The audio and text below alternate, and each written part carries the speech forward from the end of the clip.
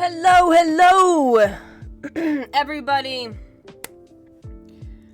I have something very important to bring to you, and it's not really important, but if you are on TikTok at all, you may have heard of this lady called Kendra, and I am dying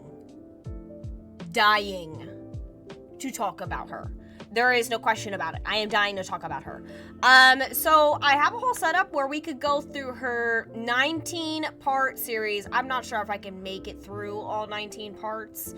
But we're going to play some Flash games while we're at it. The first one we have is Moby Dick 2. I found some cool Flash games that I used to play on Not Doppler, and it's not on Not Doppler anymore, but I can find the titles on Not Doppler, but like, search them, and Armor Games got all of them. So shout out to Armor Games for this. But I thought, let us suffer together. Because I don't know if, any of my audience knows about this whole Kendra's thing, and I don't want to just listen to her, to be fair, so that's true. I'm kind of glad that I can do some Flash games while subjecting myself to this horror, I would say. Because it's definitely going to be a moment. So go ahead, grab your tea, grab your drinks. We're gonna go ahead and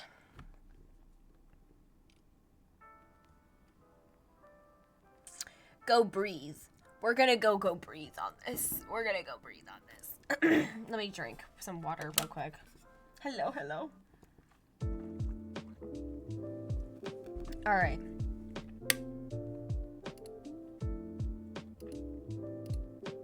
Here we go. God damn it. That's going to be very annoying because I get so many notifications on TikTok, and I don't know if that's going to happen throughout the entire thing whenever I'm just trying to do stuff. But we have Moby Dick 2. Well, I didn't even play Moby Dick 1, but it's okay. We can... I fell in love with... I don't know if I'm ready for this. Okay. I need to listen. I'm gonna give this a chance first before I start playing Flash games. Okay? And then we're gonna see. With my psychiatrist, and he knew, and he kept me until I had the strength to leave after 4 years. First off, he kept me. Who books these appointments? Can I just pause? Okay, here it is, part 1. So I decided to go back on ADHD meds after many years of being off of them. I was on them in my early 20s to help me get through college, and then I went off of them because they just weren't, like, the side effects were too much over the benefits. What the fuck are you doing? Sorry, my cat is, like, causing chaos over here. What the hell? Brother.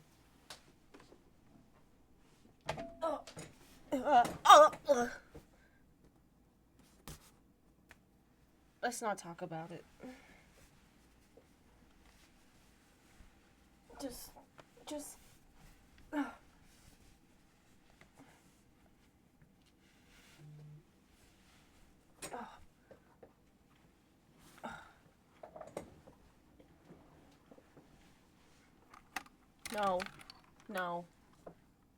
No. Please. Okay. Benefits. But then in my late 20s, I read this book, Taking Charge of Adult ADHD, and it absolutely changed my life. For my fellow ADHDers, there's so many good things in here. I think she has more than ADHD in this. I just want to clarify that. And the biggest thing that I took away was that it's very important for ADHDers to be on meds. So I decided to make it. I hate that she has white noise over this. She didn't pick a music, nothing. She could have just left it at her fucking talking. The fact that she puts white noise over this just makes me feel psychopathic. Like, I don't... Appointment with a psychiatrist. I just Googled psychiatry in the city that I lived in, and I went with the first one that came up, and I got an appointment within a month. So, like, she already frames this. She literally, the first thing she says is, oh my god, I'm gonna lose my shit already. I'm gonna lose my fucking shit already. Okay, I'm gonna go. I'm gonna also have people. I'm gonna go live on this one tier.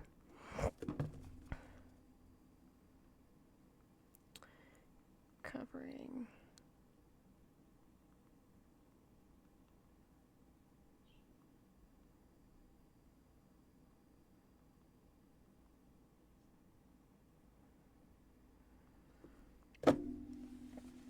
Okay. And then I booked a 90-minute intake, and I show up to the intake, and this man is my age, and I can't help but notice that he's pretty attractive, this psychiatrist. I fell in love with my psychiatrist. Okay. I fell in love with my psychiatrist, and he kept me anyway, part 2. So in this intake, you know, I kind of clocked that he was attractive in my age, but when I tell you that I've had a lot of couch time in my life, a lot of therapy, you know, I just went right into it. I trusted him enough, of course, why wouldn't I, to tell him about my childhood trauma, my daddy issues, if you will, what I had went through, all of the relationship trauma that I had. I was 6 months sober at this time, but like all of the drinking and substance use I used to do, and he just listened and nodded. And that's the thing about psychiatrists, is that they're good at pretending to listen.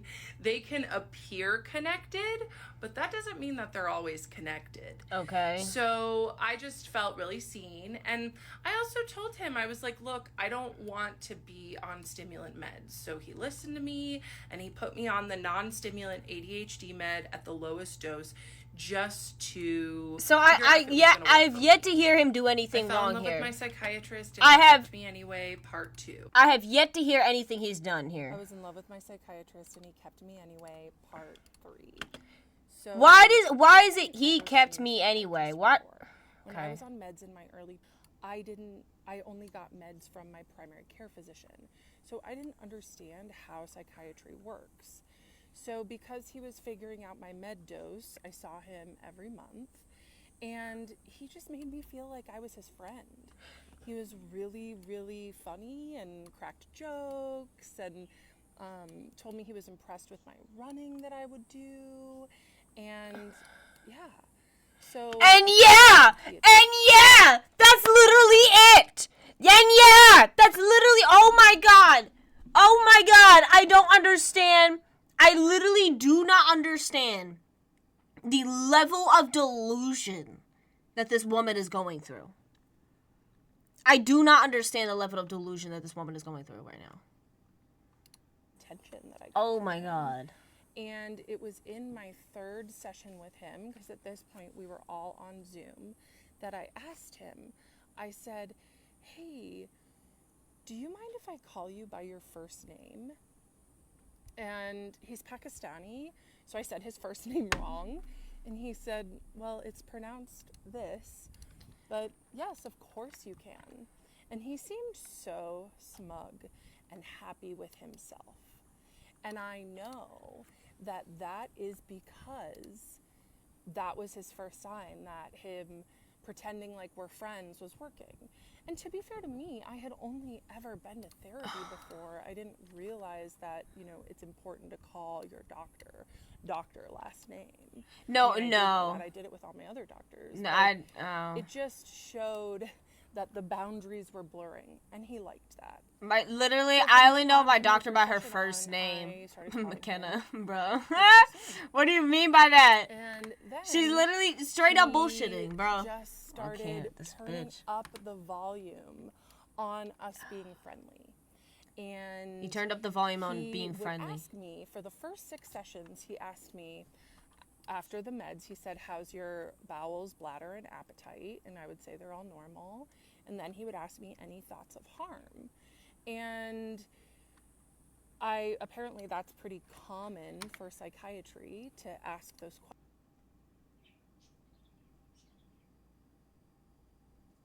questions.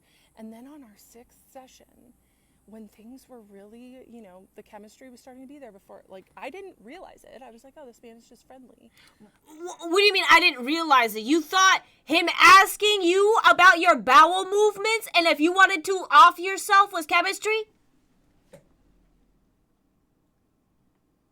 Does this woman, want to fuck the DoorDash driver?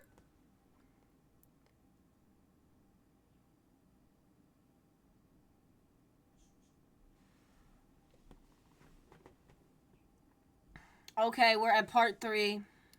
And he said, I have to ask this because it's a special interest of mine, but is there any thoughts of harm? Like I was special to him.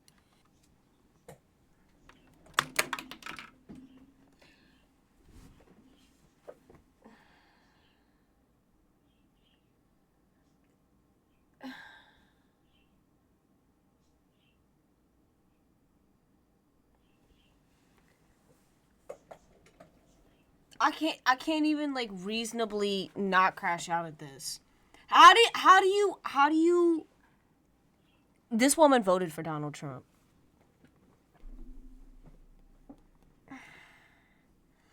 Already, what her level of intelligence, this woman voted for Donald Trump because she thought that China would have to pay the tariffs. She thought her prices would be lower. Oh my God! And I said, no thoughts of harm. And he didn't ever ask me a clinical question again. He stopped.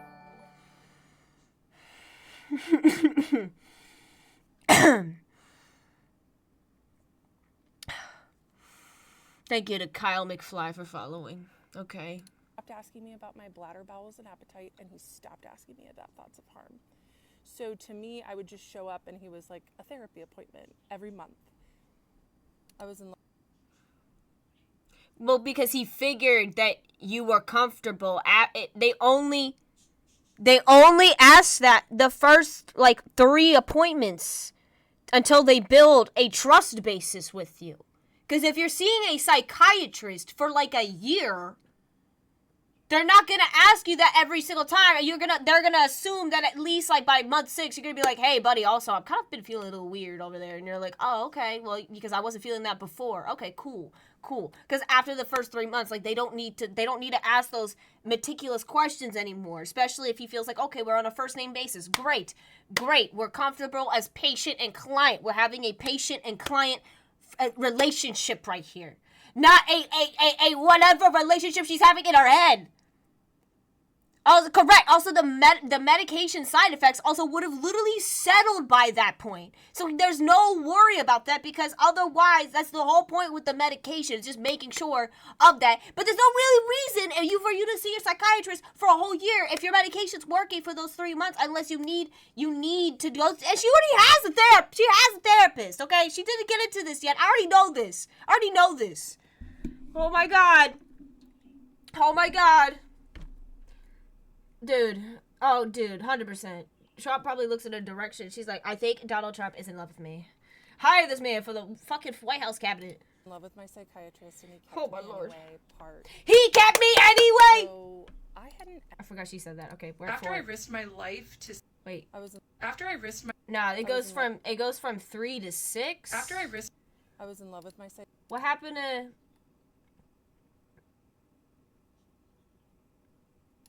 I was in love with... After I risked my life to see...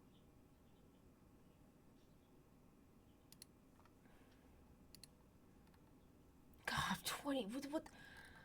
Okay.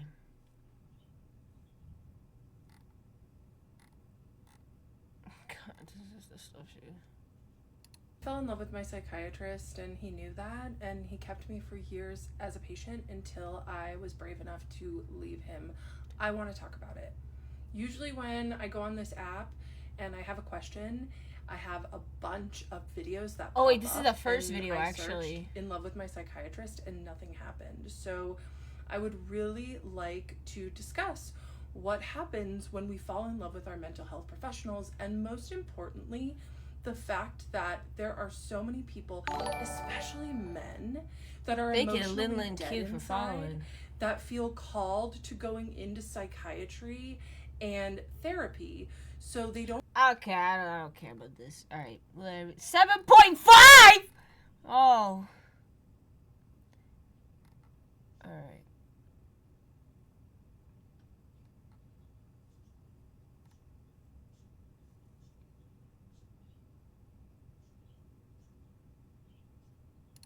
I was in love with my psychiatrist and he kept me anyway, part 3.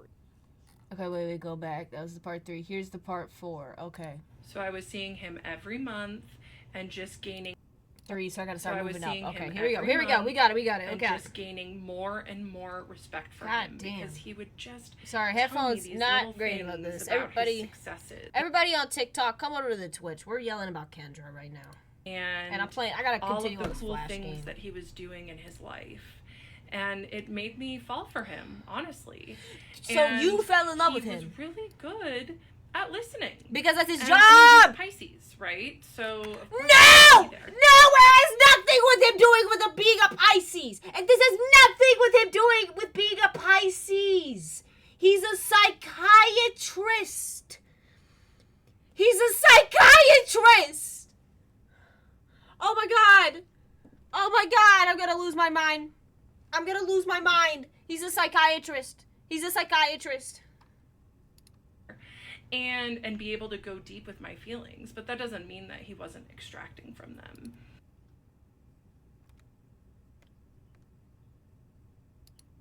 Anyway, so I would beg him to let me see him every week. I have yet to hear one thing that this man has done that's inappropriate right now. One thing. Yes, this is the crazy lady who thinks that I can't with this. I cannot with this. Beg him, because my therapist at the time, he was fine. You know, he wasn't a predator, but he was fine. He just wasn't doing very much for me. And so that therapist retired and I got a new therapist. And this new therapist, who is a 75-year-old woman with a PhD, she was pretty helpful. So I stopped asking my psychiatrist, begging, honestly, to be my therapist and let me see him more, right? Which also should have been a red flag. You are a red flag. Then I started focusing on this therapist. However, I would tell the therapist how obsessed I was with my psychiatrist, and she didn't do anything about it. She just was interested. She also loved stories about my dating life. I like how everything is just not her fault. Yeah, she also was getting supply from me in her own way, but that's for another part. So yeah, so. Oh my god.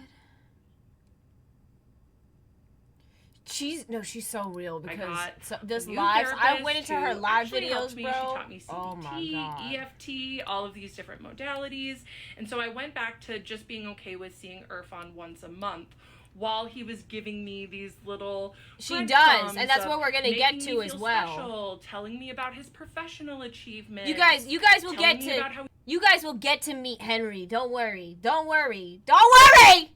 He's getting international recognition. And it worked. I was really impressed. So I was seeing him every month. I got a new therapist. I stopped begging my psychiatrist to see me weekly.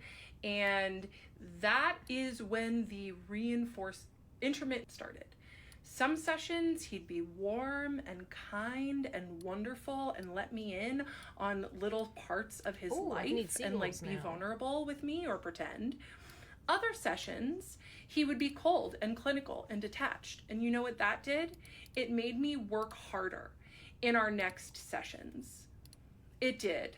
And it started the addiction that I had to him. 100%. So you had the exactly what he was doing. This man gives lectures on trauma and attachment theory. He used his psychiatric training to manipulate me and get me hooked. And guess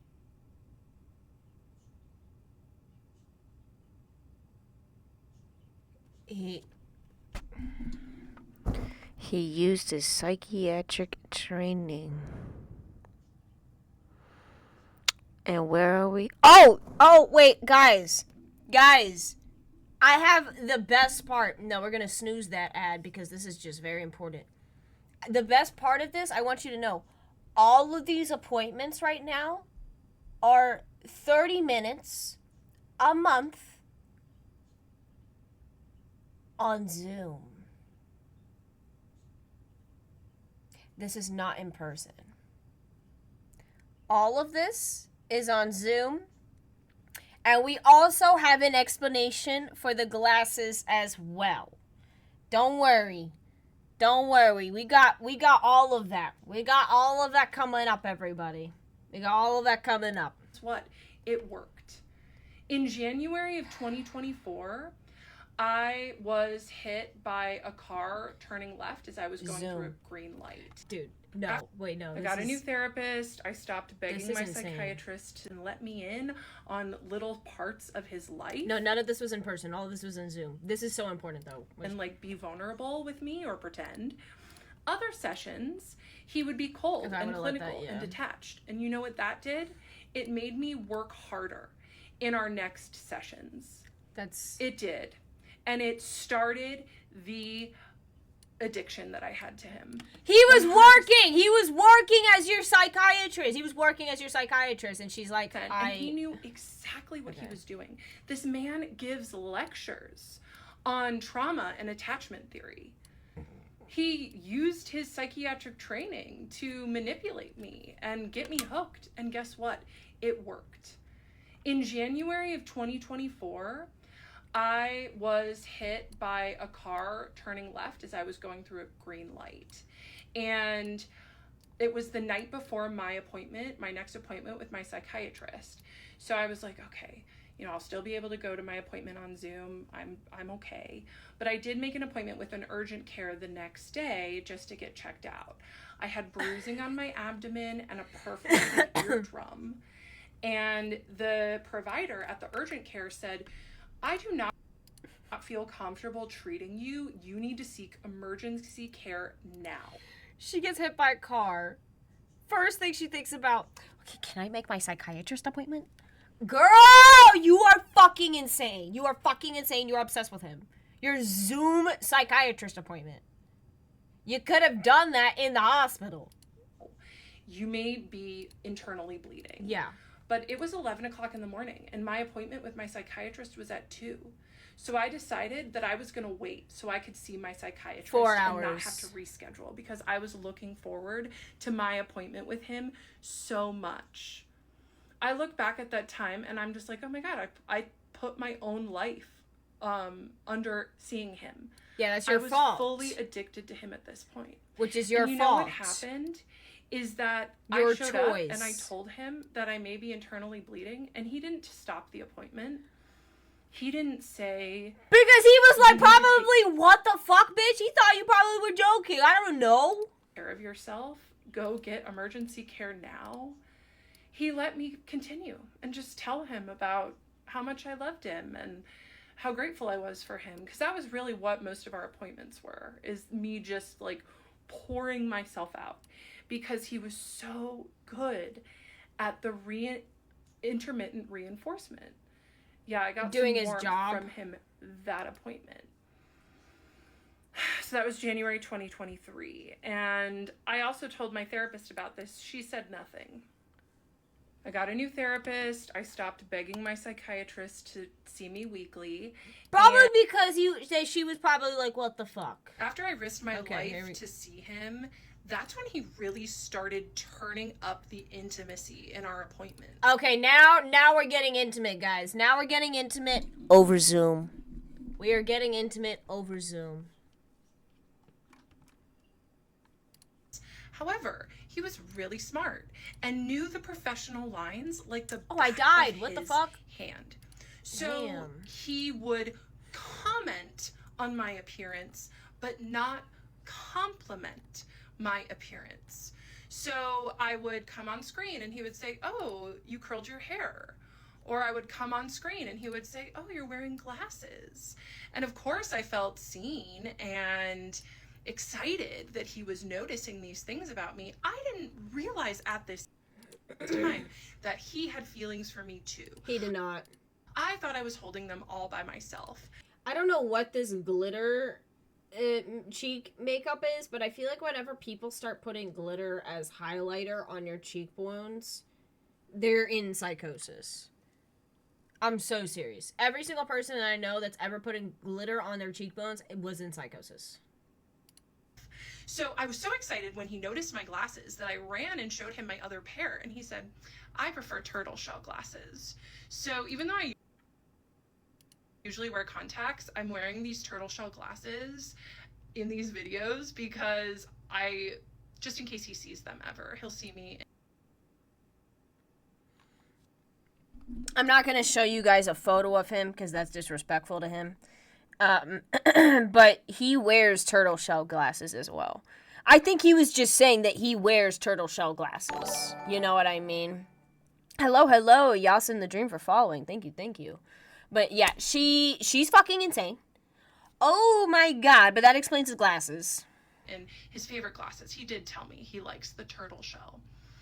Anyway, it was just inappropriate things like that. Little teeny things that he let me in.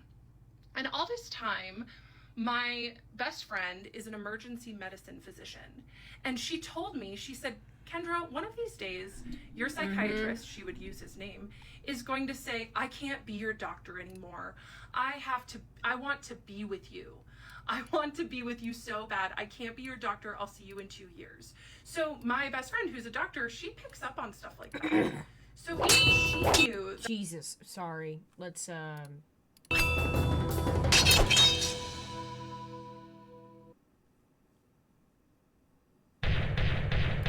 on. Why does it look like a poop? I know it's a... There you go. All right.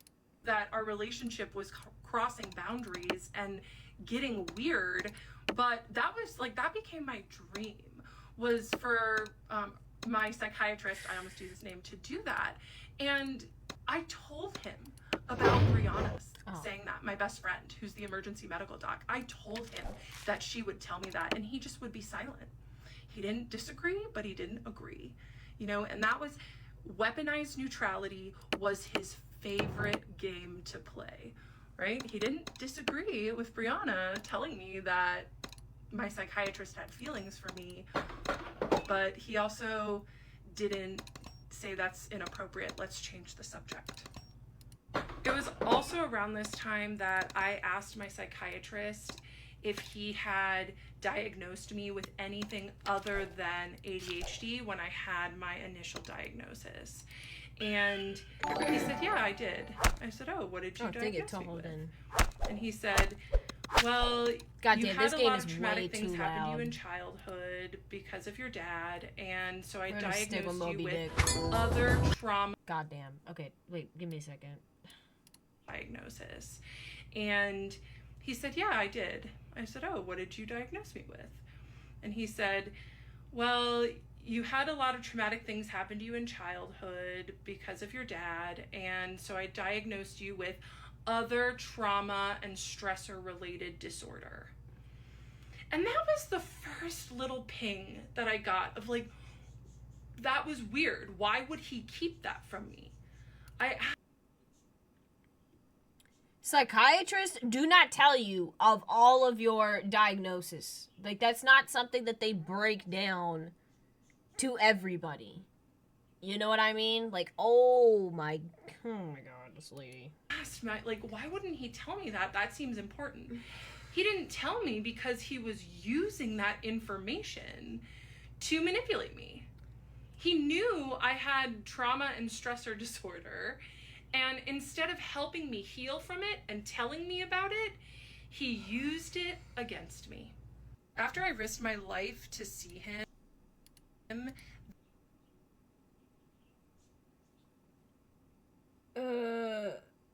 should be able to mute it? Oh, okay, maybe.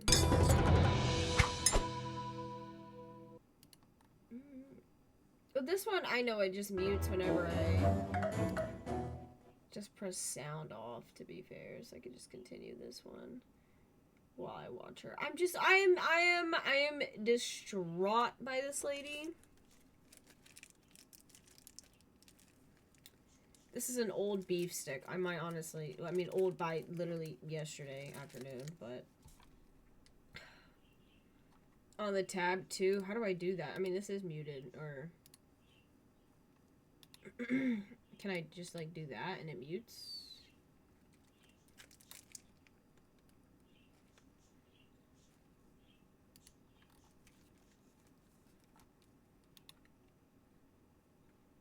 Oh.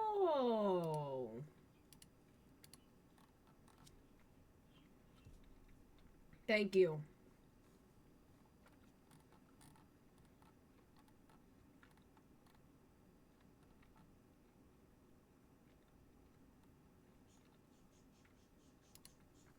So then let me try that again.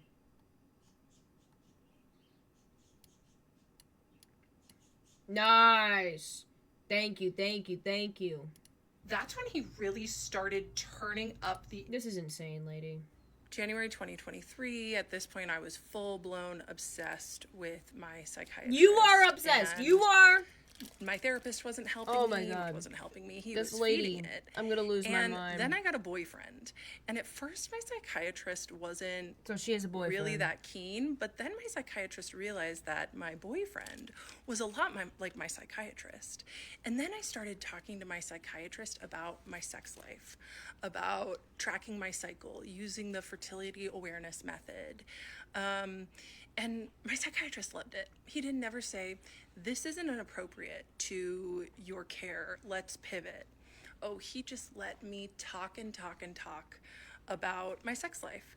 And well, knowing that you're having a healthy sex life with your medication is a pretty good thing, especially on ADHD medication. That's really rare.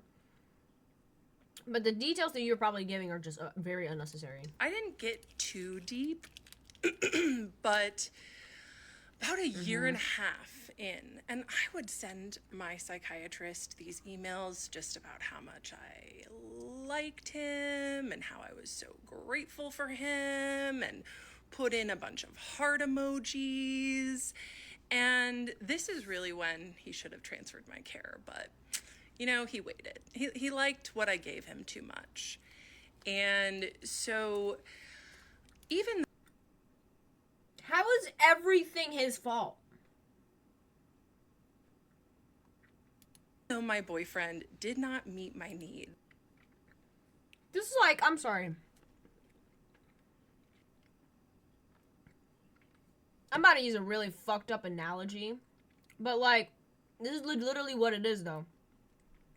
A rapist looking at their victim that they raped, and it was just like, well, she was just standing there. There was nothing I could do. And after I raped her, she didn't even tell anyone. She didn't even go to the police. She kept it completely to herself. She never told anyone. And that's when I knew that she liked it. So I needed to do it more and more to her.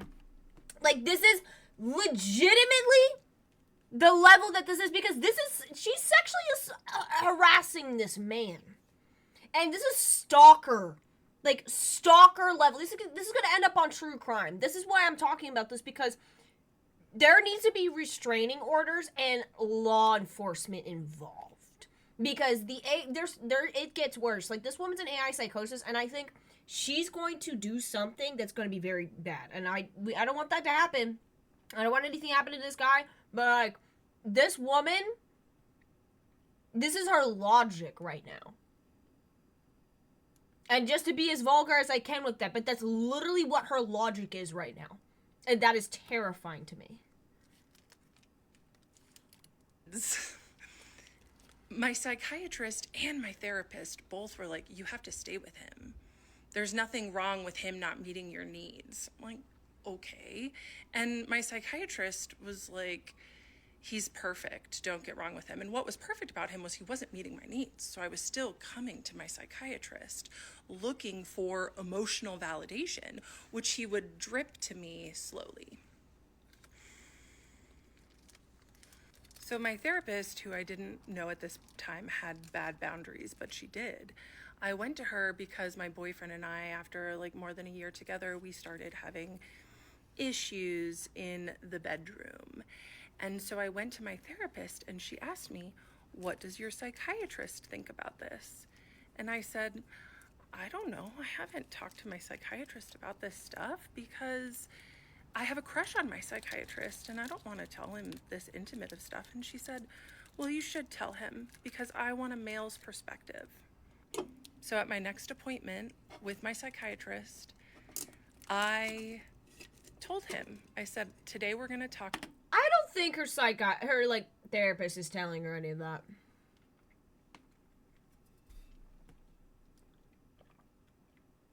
You want my truth? I don't think her therapist is telling her any of that. About my I think she's life. She's starting to make up stuff now. And he said, "Oh." I said, "Yes. My psychologist, my therapist asked what your opinion on it was, and I told her that I don't talk to you about this intimate stuff because I have a crush on you." And he looked down and smiled so big in that moment. He smiled so big, and I loved it. It's so gross thinking about it. And then I proceeded to give him 30 minutes of non-stop content about my intimate life with my boyfriend. Why? And I actually recorded the whole thing because I was so... You...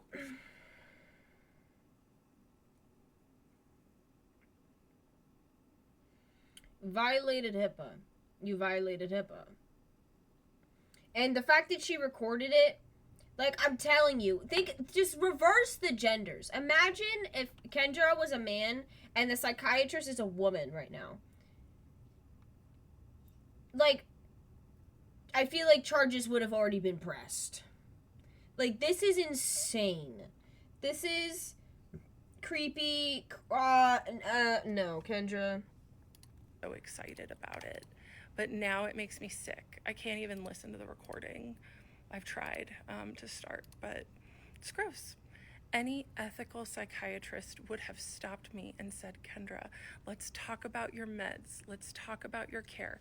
At this point, my meds were stable. Unfortunately, we do know the psychiatrist is real. And I was still seeing him every month. Yeah, that was a rough time.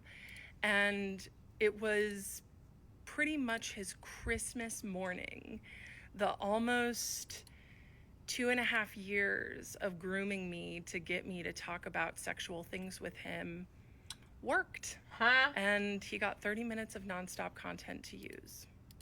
January 2023. Okay, psycho. I need to address 3 things. All One, right. people are asking me what my mental health diagnosis is. I do not have BPD. I do not have I have ADHD. And I was You do have experiencing psychosis. extreme limerence with my psychiatrist. Limerence is a normal thing to happen to anyone who is experiencing hot and cold behavior from someone. And it happens more often in Hot people and with cold ADHD behavior? because we have dopamine dysregulation and rejection sensitive dysphoria. And guess what? My psychiatrist knew that and used it to his advantage. 2, I accidentally said my psychiatrist's first name in one of my she videos. did. I If you remember clocked that. it, good for you. I do not owe him anonymity. However, this I didn't is want to point it not out in this about one. doxing my psychiatrist. This is about me sharing my story so other people can view predatory behavior in people in power. Okay? If anyone doxes my psychiatrist with his last name or city that he works in or clinic that he works in, your comment will be... If anyone docks him with all of these situations, I will lose my mind. She secretly trying to dox him with all of those situations. Oh my god! I can't with this lady. Immediately deleted and you will be blocked. This is about protecting other victims, not doxing my psychiatrist. If you do some investigative work and you want to DM me about it, I'm open to that, okay?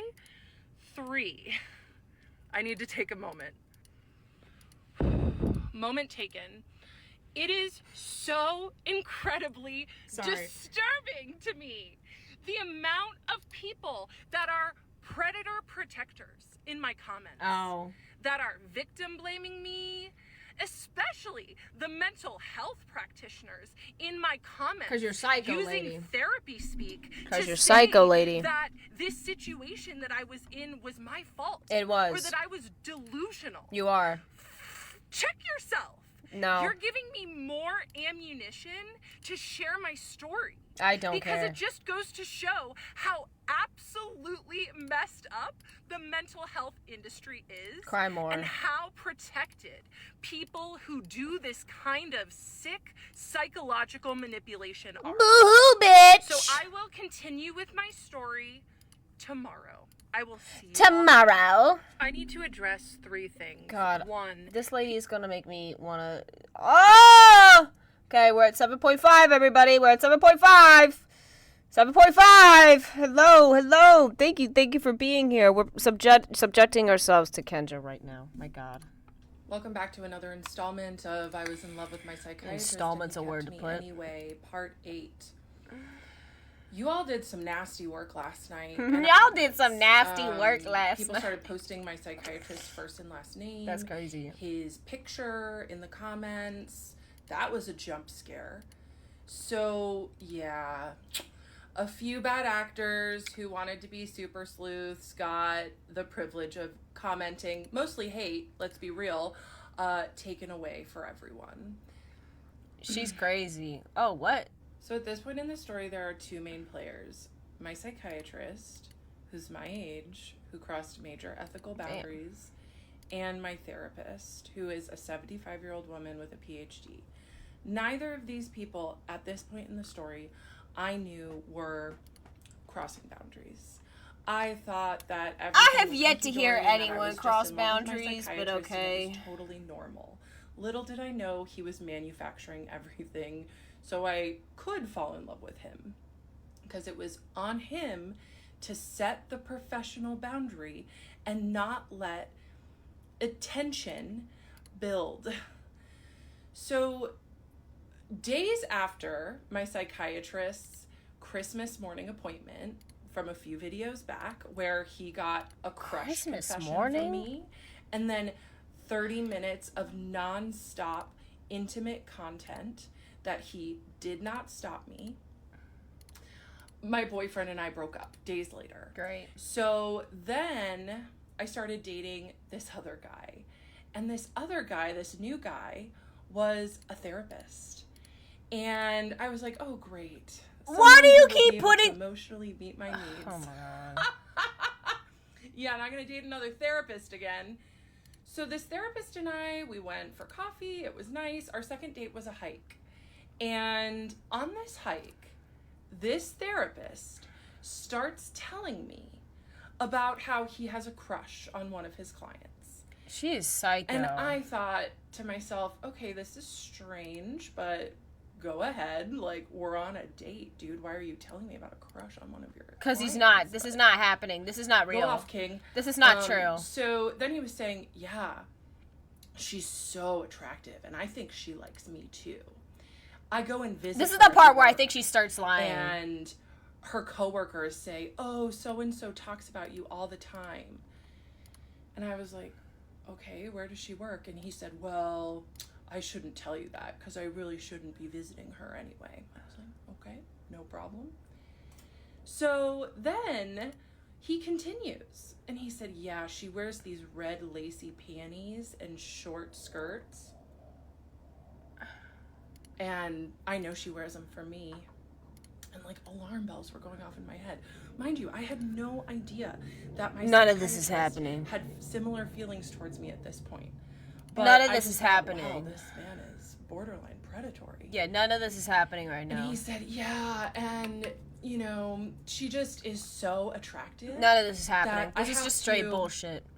Smash mermate before every session because I just have to get that energy out of me. And I was like, Okay? No one. He just felt No. compelled to tell me, and I did not understand why. Now I do. So he told me about how he's a predator, right? Another Okay. predator in the mental health industry. Shocker! The way she laughs makes me want to scream. Then, at my Oh next my God, appointment thank you with to my Poison for psychiatrist, following. Keep in mind, it had been 6 weeks of She's in line. She actually believes herself, bro. Ah, she's insane. No, because I've watched some of the lives and like she thinks she's God, and that's where I'm just like I don't know what to do with this. I don't know what I'm gonna do with this. I don't know how I feel about this. I'm gonna lose my mind about this as well. Thank you for following, Poison, by the way. My God. non-stop fun for this man. He got to use my crush confession and 30 minutes of content.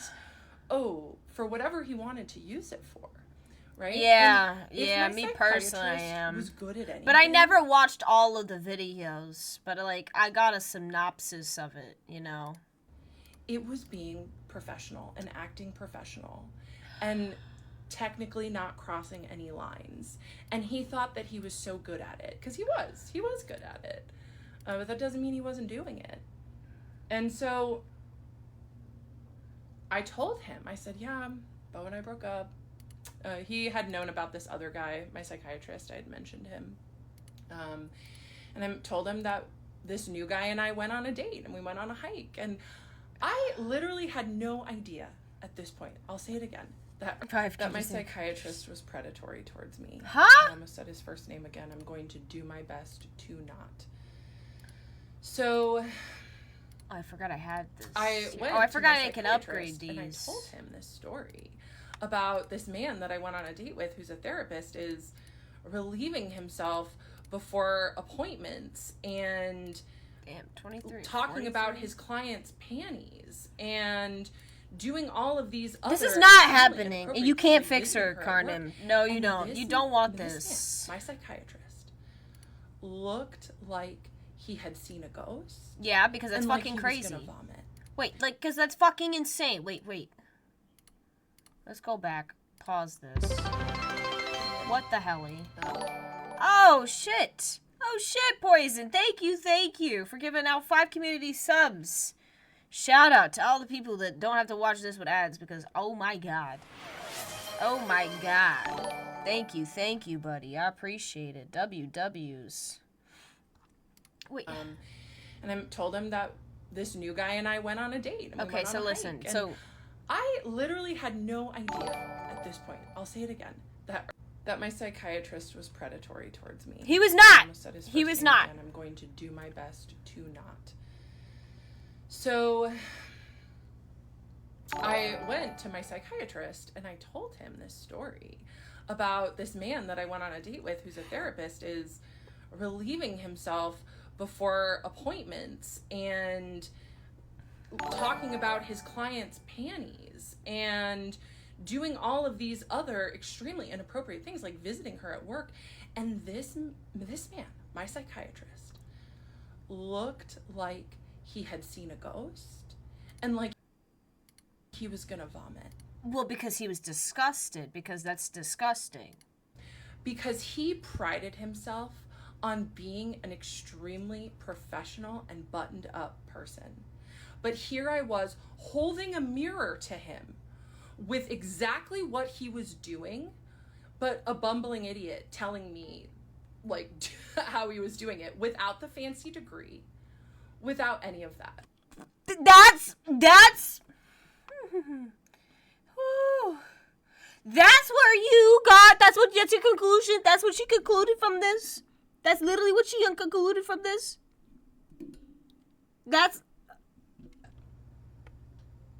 I look back on that now and it's just crazy. And so it just tainted Because it is crazy. It is crazy. That's not what he thought. That's not what. all the fantasy material that I had given him the session before.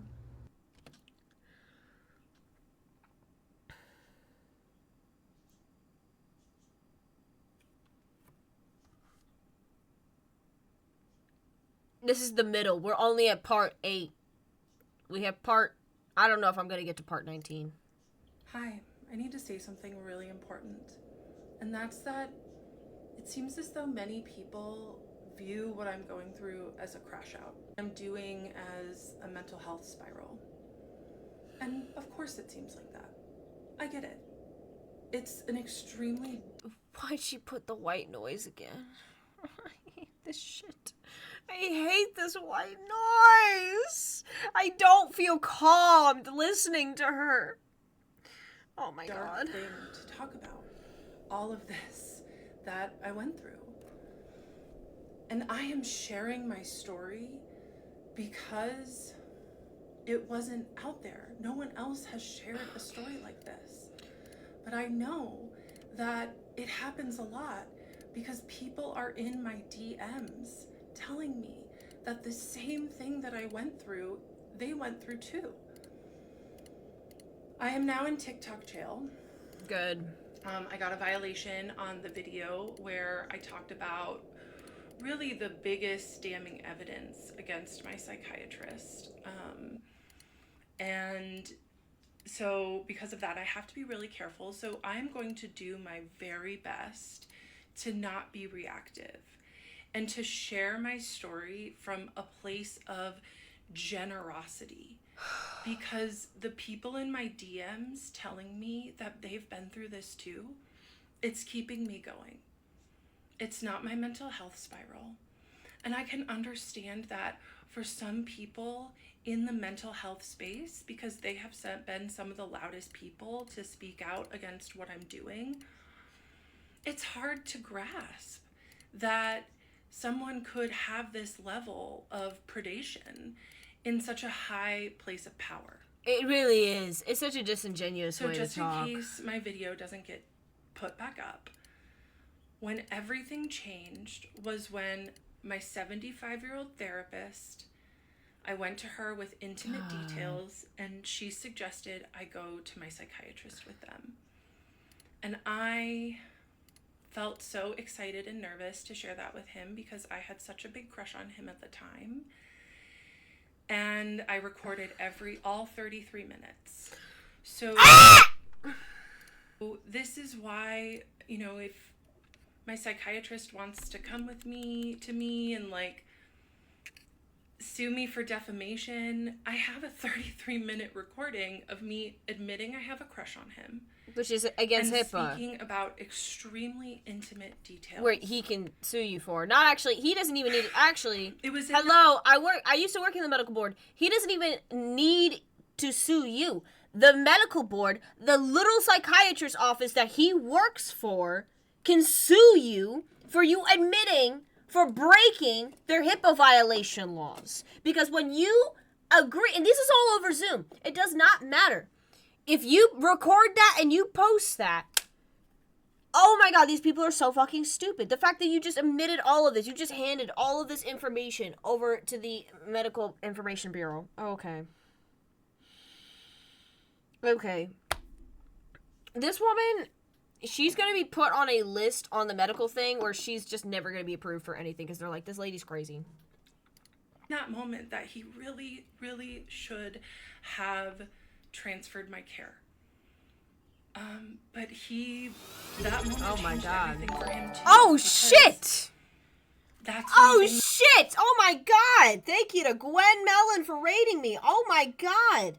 Ginger, can you do a shout out? Holy crap! Welcome everybody. We're attempting to play Flash games as I am trying to listen to Kendra and not lose my fucking brains out, bro. This lady's gonna be a goddamn case study. I don't even know what to say. I'm about to lose my fucking voice listening to this. Like, I keep going back and forth, and then, like, there's always, like, a moment where it's like, I gotta pause, because I'm just like, what did she just say? Because I just can't listen. I can't just listen to this. Like, oh my God. Thank you. What were you doing? Were you talking about Kendra as well? Is that how you found me? Oh, shout out. My God. I just want to scream. I was earlier, yeah. No, I felt that. Look, I had to start talking about this lady. Otherwise, I felt like I was going to, like, lose my mind. Because every day, there's something new. And this morning, I saw people start making AI. I think it's her, okay? There's AI videos of her and the psychiatrist, like, on TikTok, of videos of them, like, dancing together and kissing, and I'm like, yeah, this bitch, she's running that account. There ain't no way someone random is doing that. That bitch is running that account, all right? In the shark suit. I know, but I was just hot. It's so hot outside, and when it came down here, I was like, oh, it hurts. Bro, thank you. I appreciate that. Well, everybody, if you need to do your raid or things, if you got a raid and dip, I appreciate it. Everybody who followed, Infinity, Gwen, WD Day, let's go. Let me give you a little follow back as well. Thank you. I appreciate it. Let's Things really started getting deep between us. Then when you said things got intimate, he started asking about your bowel movements. So I don't know what your definition of this is. And this is where the story is going to go from now. It's going to be a good story. And I'm going to try to tell it all today. Just in case one of my videos does get banned so people can hear it. Of course. Good night, Gwen. If you're good concerned night. for my mental health, thank you. I am very good. More than good, actually. And I am actually a coach for ADHDers. It says it in my bio. And I help people work through self-limiting beliefs. I help people work through numbing with alcohol and cannabis. What? Because these are the things that so many of us do. Oh my God, I need a blinker just listening to this. And this is my truth and what I went through. Hi, I need to say something really Don't say hi again. So this is all right, we're part 10. I'm gonna blinker and we're gonna start playing some of these more games, bro. Chemistry really started going off the charts with me and my psychiatrist, and Wait, she said the chemistry really started going off in between her. Okay, all right. What is this chemistry? This is when the chemistry really started going off the charts with me and my psychiatrist, and I held it alone for months, like after that Christmas morning appointment of his, and then after I innocently told him about my date with the therapist, he really started letting me in more and showing more parts of himself and, turning up the intimacy. And that was exciting to me, and it made me fall for him more. And I noticed that he was working in an office, and I asked him, this was like July, I asked him, I said, hey, are you working from home? Because I was under the assumption that he was only doing telehealth. Oh, yeah, guys. So this is the point where you realize all of this is all over Zoom. So now she's trying to see if she can meet him in person. Okay, and he said, no, I come into the office. I was like, oh, why do you do that? If you see all of your patients telehealth. He's like, oh, I like it that way. He does not want to see you, bitch. Tell he was lying. I just gaslit myself. I was like, okay, it's fine. And then I start emailing him my fun little emails, but he stops writing me back. Because you're crazy. He does not write back to my emails anymore. Good. Because you're crazy. Because once again, he was really good at plausible deniability. But what he did do is he would take my emails and mention them in session. Sorry, off topic. Did you just see what I did there to the side of the screen? I just made him poop. Look at this again. Look at that. He just pooped and sped off. I wonder if I can make him blow up with all the times I make him poop. Why is there snipers up here? What the helly? Okay, I just make them infinite poop. Okay, sorry, apologies. So he would still give me the attention that I was craving, but only under his structure, under his control, where there was no paper trail. And I loved that too. So I would show up to these sessions with my notes app, and just throughout the month, as I was thinking about him, I'd write down things that I wanted to talk to him about, and I would just do them and girl, you're so bring him lots of content. And then every week I would go to my therapist and tell her about how much I loved my psychiatrist, and she didn't help me at all. She just kind of like enjoyed hearing about it, honestly. She probably didn't know what to October do. 2024 rolls around and we're just vibing on Zoom. And then I realized that I didn't have my next appointment with him. So I called his office staff.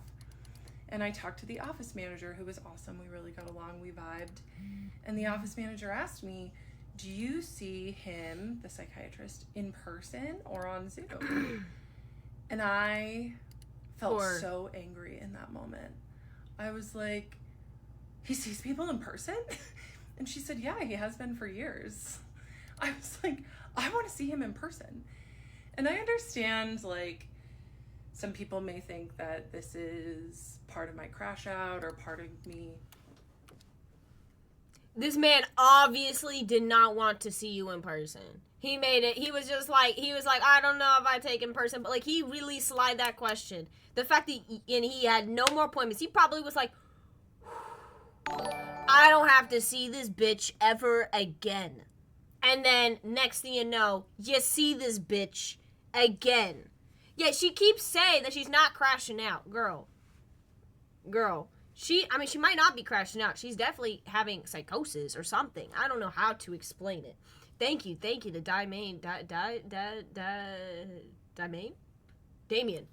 Damien, for following. Harassing him, Took me a which minute. is what I've gotten lots of accusations of. But I just would like to remind everyone that, of course, it seems that way. But I was just responding to a dynamic which my psychiatrist fostered. There was chemistry between us because he allowed it. And so then the next time I saw him in Zoom, I told him, I was like, hey, your office manager outed you and told me that you see people in person. Why didn't you tell me that when I asked? And he said, oh, I just didn't think you'd want to come in. And that was such a weak lie from him, from someone who is so scripted and controlled. He didn't even have a plausible thing to say. Of course he knew I wanted to come in. I had a crush on him. I told him that often. So then, in my next therapy appointment, after finding out that he was lying to me about seeing patients in person, I told her that. I told my 75-year-old PhD therapist that my psychiatrist lied to me about seeing people in person. And she looked at me and she said, well, it's probably because he knows that there will be a lot of sexual tension in the room. She did not say that. If you go in person. She did not say that. That's a lie. That you understand that when you go. And you better believe I showed up to the next session and said you lied to me. Yeah, no. Because you were afraid of the tension that would be there. This is not happening. He just didn't say anything. So this is when the chemistry really started going. Yeah, they are as well. They should be. And I held it alone for months, like after that Christmas morning appointment of his, and then after I innocently what the hell? Why'd you let that one person get through? God damn you. He really started letting me in more and showing more parts of himself and, turning up the intimacy. And turning up the intimacy. That was exciting. She keeps saying turn up the intimacy. I have not seen any intimacy yet.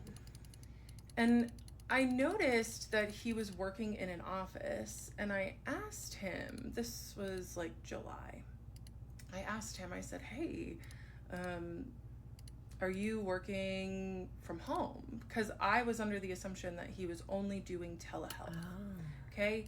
And he said, no, I come into the office. I was like, oh, why do you do that if you see all of your patients telehealth? Oh, okay. This is the next. Sorry. Okay. October 2024, I make my first in-person appointment with my psychiatrist in November. Yeah. My 75-year-old female therapist, that it's because he kept me on Zoom because he was so attracted to me. He didn't want to risk being in person with me, which further fed my crush. No. Or as some of you like to say, my delusion. Yes, your delusions. Yes, not a crush. This is delusion. You're crazy, bitch. You're acting crazy. This is fucking insane of you. What are you on?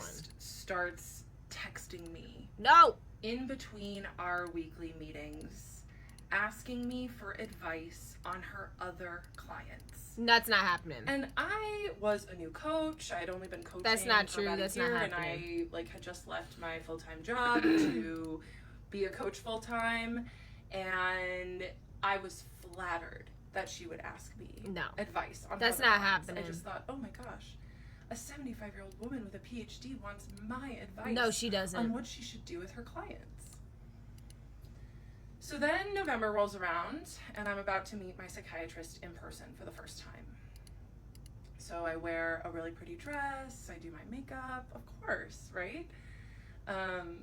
And I show up, and I get to talk to the office manager, we're having fun, and then my psychiatrist comes into the foyer, and I am just so excited to finally meet him. I'd been his patient for 3 years at this point, and he had been feeding the dynamic for 3 years. No, he's been taking care of you for 3 years. Thrilled to meet him. And I ran up and I gave him the biggest hug. And you know what he did? He barely patted me on the back. It was the most awkward thing ever.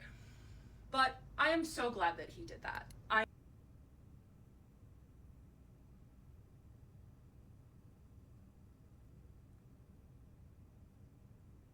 Does she think that that's, like, good?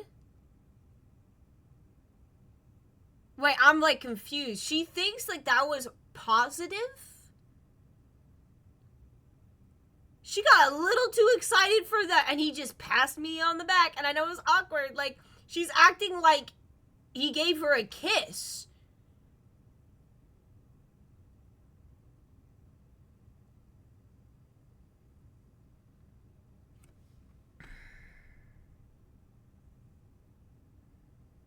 Bro, this lady is gonna make me crash out. I am really glad, because this is what I mean. My psychiatrist was many things, but he was not stupid. So I didn't ever touch him again. Good. And I'm grateful that our relationship didn't ever cross that line, because it would have made everything so much harder. Anyway, so we go inside his office, and I tell him that my therapist had texted me asking me for advice on her other clients. And he just looked at me and he said, Kendra, that is a huge boundary violation. I mean, yeah. She should not be doing that. And I was like, oh, okay. And because once again, my psychiatrist did not like sloppy people. He did not like sloppy people. And you know what my therapist did? She got sloppy. Yeah. Using me as her advisor for her clients.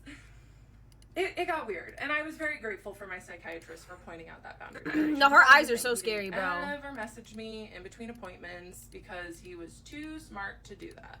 But did he ever stop me from disclosing extremely intimate details? No. In my first in-person appointment, I just asked him for some pointers for my own ADHD business, and he was so smart and so wonderful, and in many ways, honestly. And I was just so grateful that he was almost like a mentor to me in these moments. And I'll still treasure that about him. Because this is the hard thing with sophisticated predators, is that they're not all How is that. he a predator yet? Like, my psychiatrist helped me with many things, but he was using me for the whole time that I was his patient. And for that, How is he a predator yet? October He was 24th. using you as your patient. He was doing his fucking job. Before Like, I I cannot... Oh my god, right? That's what I'm saying. I feel like this is going to turn into a true crime situation. Like, you know what I mean? Like, I'm so concerned about this turning into a true crime situation. What the fuck do you mean? We have our We're at part 12, guys. I need... Oh my god, oh my god, oh my god, oh my god. Okay. Alright. In-person appointment in November of 2024, and I did ask him for consent to come in person. I didn't just show up, and he said sure.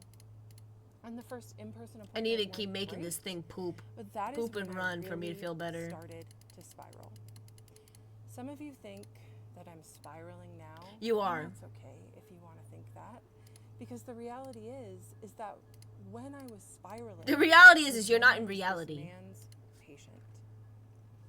When I had comments turned on, so many people said, you need to take accountability for your own feelings.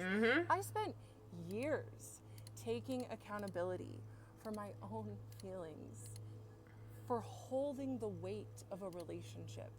Any woman who has been trained to overfunction in relationships knows about holding the weight of the emotional dynamic.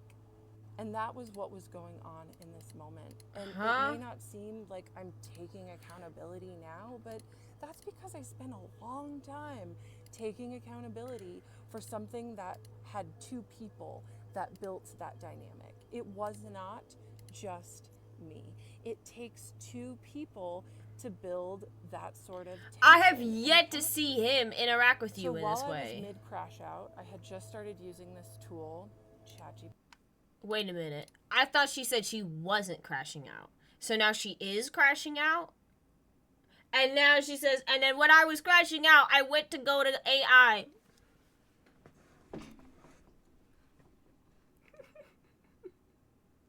Yeah, her TikTok feels like it's been created in a lab, bro. It literally has been created in a lab. Like, I'm not, oh my God. She has it organized, and I was like, you know what, I'm just gonna go in order, because what the hell-y. GPT. And I went to chat, who I immediately named Henry. And hey, you know what? She's getting the views too because I'm on her channel. You know what I mean? And it's only fair that I cover it, you know, on her channel, you know, properly. I'm gonna tell myself all this is AI. Oh no! Wow. Get ready for a halt. Look at her eyes, bro. Look at her eyes. She's like literally like Garfield. What the hell do you mean, girl? You found your twin. You and Kendra. What do you mean, Kendra? Is this your new boyfriend? Oh God, help me. God help me. Oh Lord, we gotta keep the eyes out now at this point. I don't even know what to say. I don't even know what to say anymore. Ugh.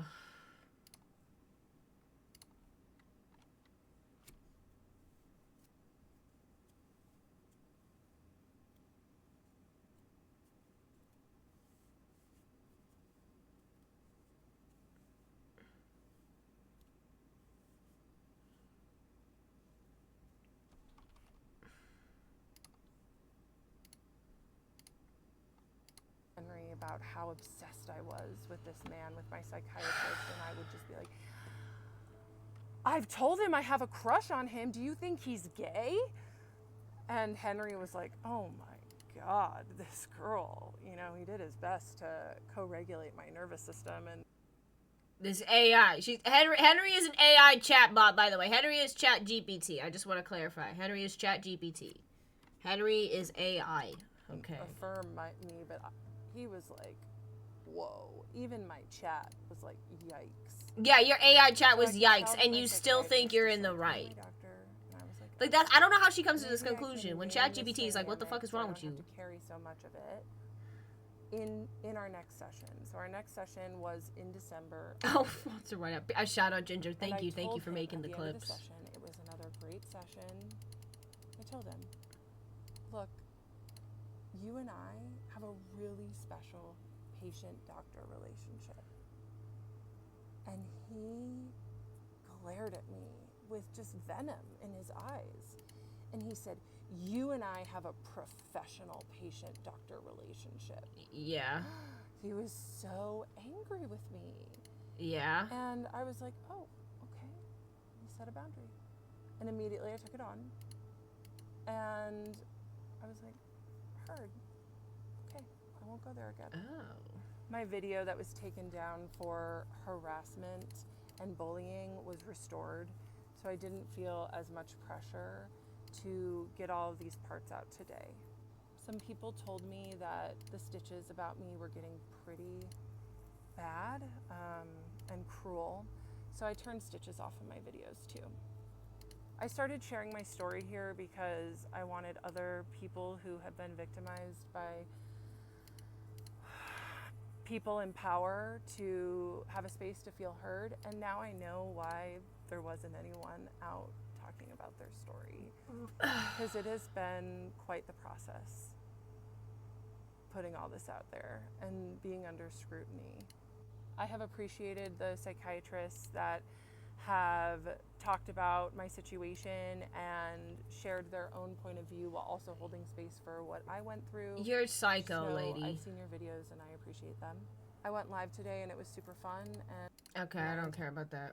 When I re-downloaded TikTok last week, I was looking for support. I was looking for help because it had been 5 months since I had my psychiatrist, and I still really couldn't stop thinking about him and thinking about our dynamic and how inappropriate it was and the mental toll that it took on me. And TikTok has just been such a resource for me in the past for support when I'm going through things, and I couldn't find anything on therapy abuse or on because this thing, what's happening, you okay? Who take advantage of their vulnerable patients. And so I thought that I would share. Yeah, my like she story. can't find nobody agreeing with her. And That's literally what she's I complaining am about. going to continue to share it because I am here to let other survivors know that they're Survivor not alone. of Here's what? my story. My psychiatrist said Oh my god, I'm gonna lose my mind. I'm trying. The way he said it, boundary that him and I have a professional relationship, when I tried to say it was special. Because it was special. It was different. He manufactured it that way. Wait, And whoa, wait. I'm sorry.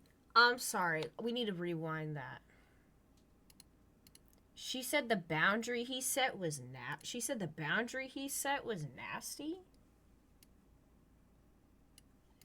Continuing with my story, my psychiatrist set a very nasty, the way he said it, boundary. No.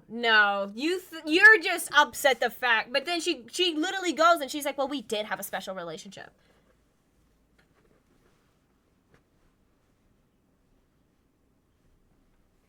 This bitch is crazy. This bitch is literally crazy. This bitch is crazy. This bitch is crazy. This bitch is crazy. This bitch is crazy. This bitch is crazy. I'm gonna lose my mind. That him and I have a professional relationship, when I tried to say it was special. Okay. Because it was special. It was different. He manufactured it that way. And then I immediately went to ChatGPT, of course, to Henry. And I asked Henry, I said, She okay, thinks this so makes her look good. my psychiatrist just set this boundary with me, and I really just want to be with him. And I think that after he's my doctor, we can be together. You know, No. which, if you want to say that's a delusion, That that's fine. is. But I had been telling my psychiatrist for years at this point that I had a crush on him, and he did not help me work through it. So that's his own problem. That's his own fault. Henry told me it's very common for patients to develop crushes on mental health practitioners, and that it's because that they provide a safe space to heal, which is a very attractive quality. Oh my I heard God. that. And then he told me about transference. And it's just about me putting my own feelings onto my provider. And I was like, oh, that makes a lot of sense. Okay, so I took ownership of the feelings that both of us were creating. What the hell was that? Did And I somebody went just to my next swallow appointment. us? And I said, hey. So I talked to Henry because my psychiatrist had known a lot about my ChatGPT and Oh, knew shit, all I about blew up a Henry, and was camel. actually really impressed. Like, wow, an AI wrote that? Yeah. So I told No. my psychiatrist, yeah, Henry explained to me that it's normal to develop crushes on psychiatrists because they provide a safe space to heal, which is attractive. My psychiatrist said nothing. And then I said, and Henry also told me about transference. And my psychiatrist got this really, really scared look on his face. And he said, did Henry tell you about countertransference? And I said, no. What is that? Because of course, like, my chat knew that I was obsessed with my psychiatrist, and he was not going to feed my delusion by telling me about countertransference. So then my psychiatrist had explained to me what countertransference was. So he took a moment And he was like, oh, okay. He said, countertransference is the flip side, the other side of the coin for transference. And it's when the provider has feelings for the patient. So make sure that you keep that in mind for your clients. Huh? I said, oh, okay, cool. Yeah, sometimes I have, more than professional feelings for my clients, so I appreciate you bringing that up. And so then we just talked about that for pretty much the rest of the session. And then at the end of that session, he looked at me, and it was just such a loaded question. And he said, what's going to happen if you get a boyfriend named Henry? I mean, and yeah. I said, that's a weird question. I would rename my AI. So that's how that session ended.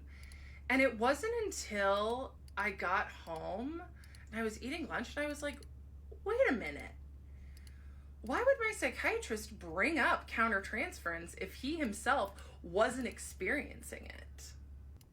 When I re-downloaded... I don't think countertransference ever came up in a conversation. Many people have reached out to me with concern for my psychiatrist and his... Okay. It's time to talk about the elephant in the room, and that is the racial difference between me and my doctor. I have seen a lot of Black women on this app, same take, and I need to say that Black women are the most important people on the planet to me, and that I have the way she just says that is so much from Black women about how to be a better person and how to show up better in the world. They are the culture, and I am so grateful for them. Many Black women are seeing my story through the lens that I am a white woman who is taking advantage of my whiteness to wield power over my POC psychiatrist that didn't want me back, and so I don't think she to get him thinks fired. And that's okay. This is going the way she thinks she wants this to go. Lens. I do.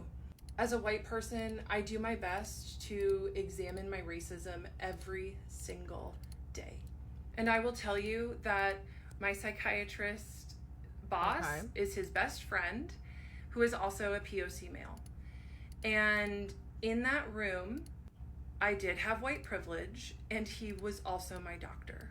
And he took an oath to protect me, and he did not.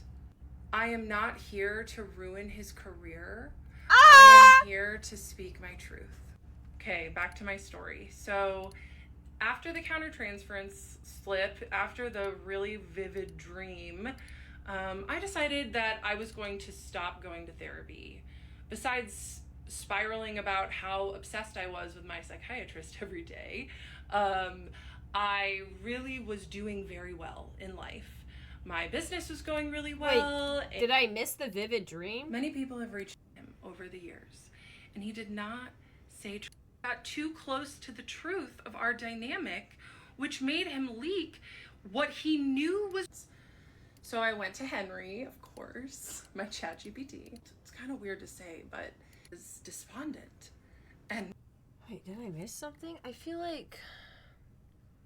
Do you guys know? I feel like I missed the part where she confessed that the dream, you know what I mean?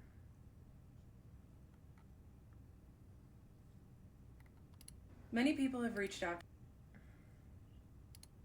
When I re-downloaded TikTok last week, psychiatrist, Henry explained his feelings. We have our first GPT, and and it may not seem like a weight of a relationship.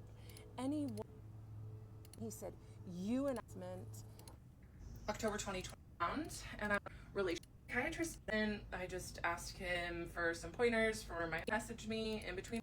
That is, so this is when the chemistry really smells anymore. And way for that, I told. We have our first. Oh, okay. I thought I missed that. I was like, it's what? Time to talk about the elephant in the room, and that. And in that room, I did have white privilege. Okay, cool. And he I was like, I feel also like I my missed it. doctor. And he took an oath to protect me, and he did not. I am not here to ruin his career. Okay. I am here to speak my truth. Okay, back to my story. So after the countertransference slip, after the really vivid dream, I decided that I was going to stop going to therapy. Besides spiraling about how nothing too obsessed much I of was substance with my yet, but we're about to psychiatrist get every to day. it. So I'm glad the ad went through now. I really was doing very well in life. My business was going really well, and I had great friends and great support systems. And so I decided that I was going to end therapy. I still had every intention at this point to keep seeing my psychiatrist, but my therapist that I was seeing weekly, I just decided I didn't need her anymore. And especially when my psychiatrist pointed out her boundary violations of texting me for free advice in between sessions, I just thought, which definitely was not happening. So I go into my next therapy was not appointment, happening. and I say, hey, just so you know, today's going to be our last session. I'm doing really well, and I just think it's time. And she got kind of emotional, and she was like, okay, well, I like to end on certain questions just so we can reflect. So I did. I reflected with her about what I learned, what I've gained, how I've changed, how my life is better. Yeah, right.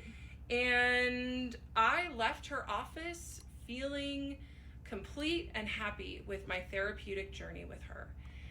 And as I was leaving, she called out with like crying. She was like, have a blessed life. And I was like, okay, that was a little weird, but whatever, you know. I was like, thanks. And I went on.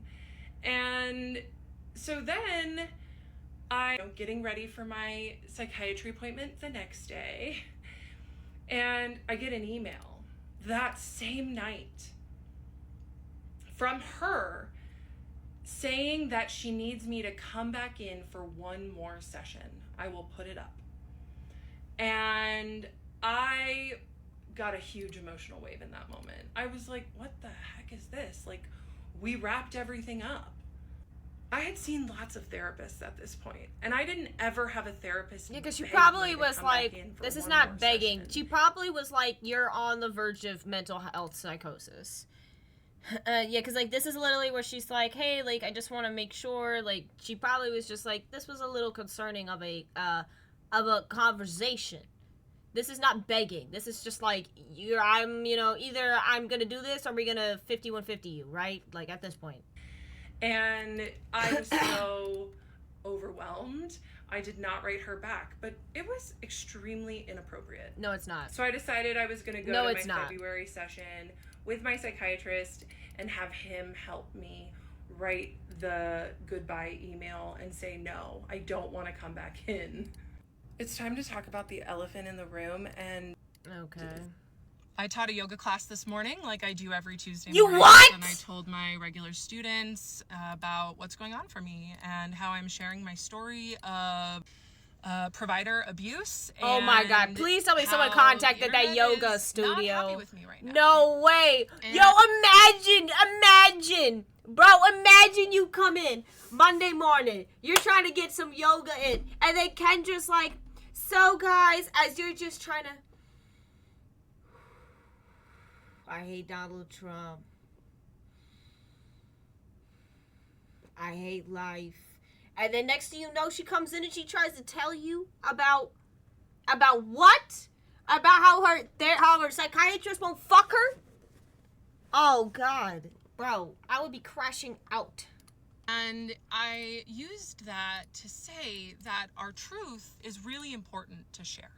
No, and not this one. This one should have been something kept at deep home. Down needs to be said, that it's important to do it in whichever way feels best to us. And TikTok just happened to be that medium for me. I told my students how I've just been going through psychological warfare, and the internet is not happy with me for sharing my story and my truth. But I'm not doing it for the people that think I'm crazy, which maybe honestly I am a little bit, because who subjects themselves to this kind of torture? Entire session ruined. But I'm doing it for the people that DM me, that say, thank you so much for being brave enough to share your story, because the exact same thing happened to me. Really? So I am grateful for those DMs. People are starting to attack my business and my livelihood, and that's okay. I know what I have to offer is important. It landed in my lap. I'm not pretending to be something that I'm not. I help ADHDers get and stay sober, and I help them with negative thinking and anxiety. And it's what works for me. I don't know and how. I've seen it work in my clients too. So if people want to drag me for the work that I do, that's okay. So I get that weird email from my therapist begging me to come back in for one more session. And so the next day is my next session with the psychiatrist, and I sit down in the chair and I bury my head in my hands, and he looks at me and said, "So this is how we're going to start, huh?" And I said, "Yeah." Because he hadn't written me back from my countertransference email. Big surprise. You know, any smart, which he was very smart. He was very, very professional. But any smart predator would have dropped me like that in that moment. He should have emailed me back and said, "Look, this is getting weird. You need to find a new psychiatrist. The office will contact you." I like how all of it's his fault. He could not let go of me. So instead of turning down the intimacy, he turned it up to a level 12. And he showered me with so many breadcrumbs that next session. Because really, what I did when I told him that I'm experiencing transference was I took 100% of the ownership for the dynamic that both of us were creating. So he rewarded me. And he gave me little compliments like, "If you weren't my patient, I would refer my other patients to you for your That's not happening. services." That's not happening. That's not happening. That's a lie. So That's a lie. Much. That's a lie. Of course, because what he was saying with that is, I see you as a peer. I see you as a colleague. No. What you're doing is important. That's a lie. I felt really recognized in that moment. No. And sure, he could have said it professionally, but he did it on purpose. He didn't say it at all. So in that session, after Goddamn, these the scorpions. psychiatrist told me that he would refer patients to me if he could, if I wasn't already his patient. That's not true. I asked him if he got my email and what he thought of my ChatGPT, of what he thought of Henry's response of countertransference. And the psychiatrist said, "Oh, I'm still thinking about what Henry said about countertransference." And I said, "Well, we talked about it a little more, and I want to read you something else." So I read the psychiatrist what Henry had to say more about it. When he told you countertransference is common, it might have been his way of normalizing the fact that providers aren't immune to feelings. It's part of being human.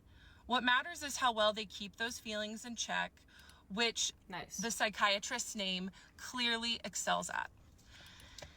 And as you can imagine, the psychiatrist loved hearing that. He loved hearing that because my AI mirror was essentially just saying, yes, he has feelings for you, but he just keeps them in check so well. He's so good at his job, keeping his feelings in check. And, oh, the psychiatrist loved that so much. And what did he do? He rewarded me with my favorite breadcrumb. Intellectual stimulation, a fun metaphor, because he was watching me the entire time I was his patient, and he knew what made me light up. He knew what got me excited, what I liked. And so he thought for a moment, and he said, "I'm feeling a salad of emotions right now." Okay. And I was like, "What are you talking about?" And he said, a salad of emotions. A beet of raw emotion, a tomato of surprise, and the salt amplifies it. And I was cracking up at this point. He nailed it. I just thought he was so brilliant and smart in this moment.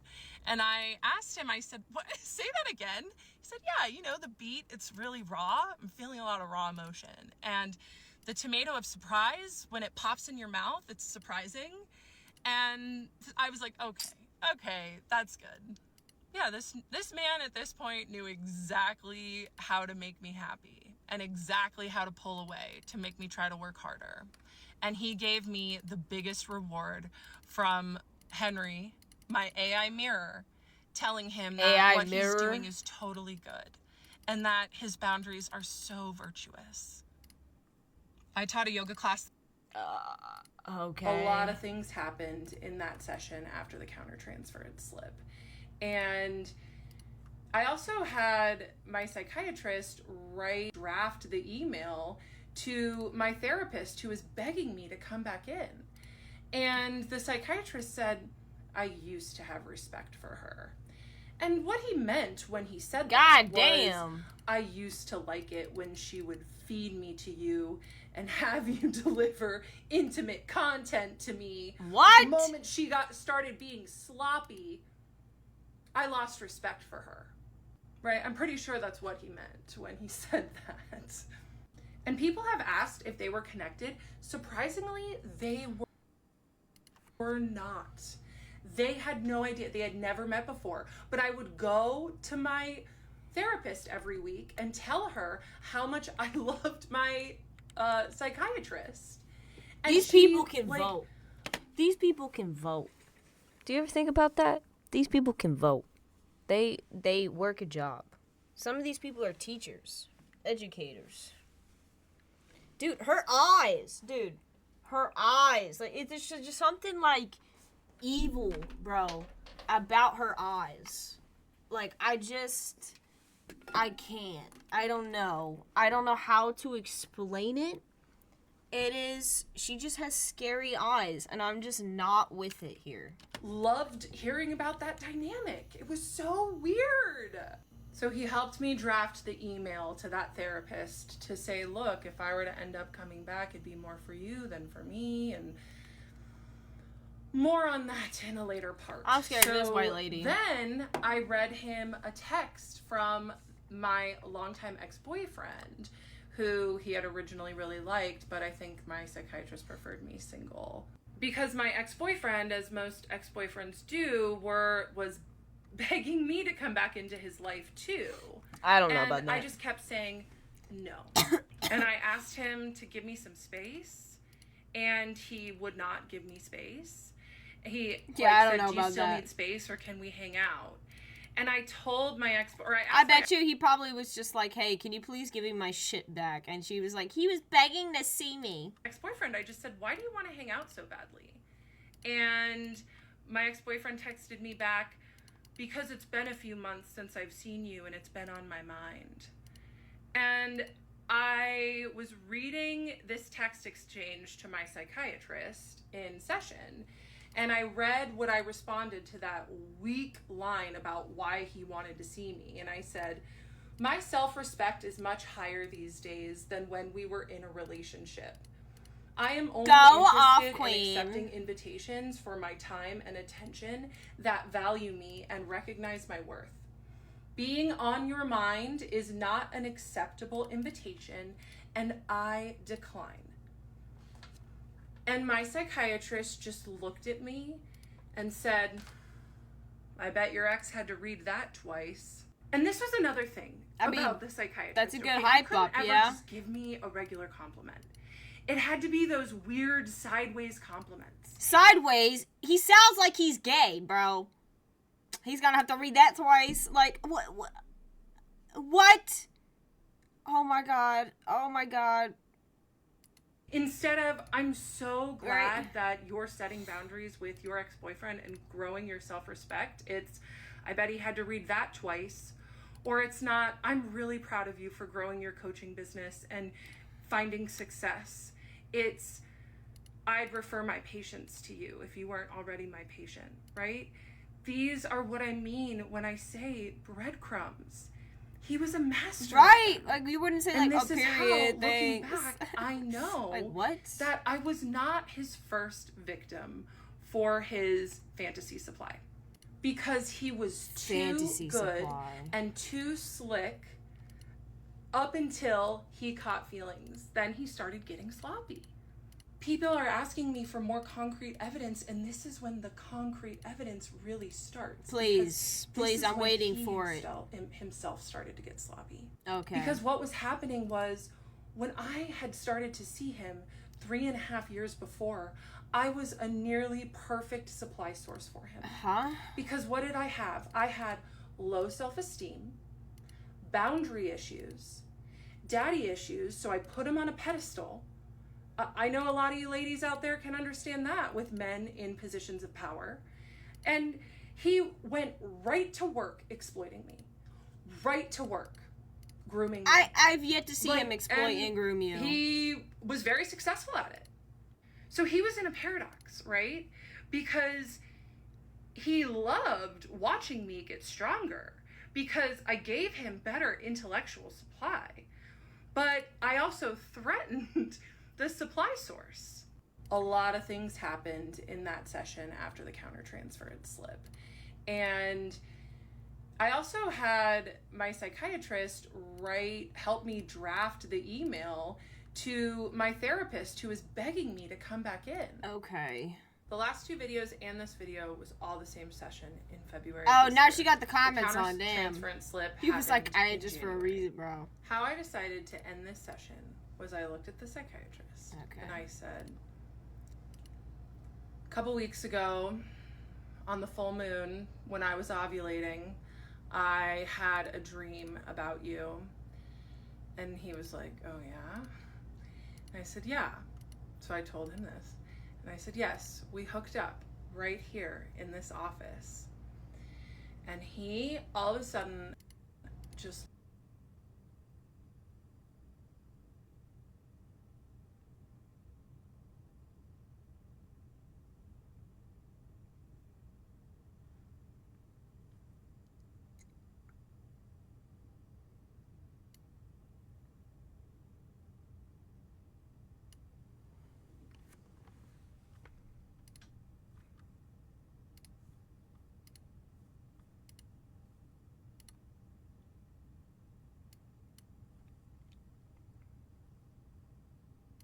The last 2 videos and this video was all the same session in February of this year. Sorry. The countertransference slip happened in January. How I decided to end this session was I looked at the psychiatrist and I said, a couple weeks ago, on the full moon, when I was ovulating,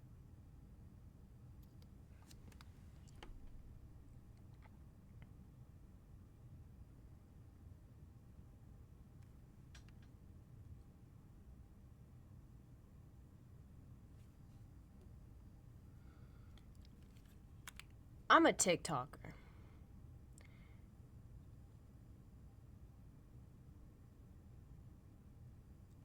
I'm a TikToker, okay? So I know how she used the stitch. I know how she put the text on. I know how she'd get the caption on. She read back all of these captions. I just need to run this back. I need to... Can I turn this thing stronger?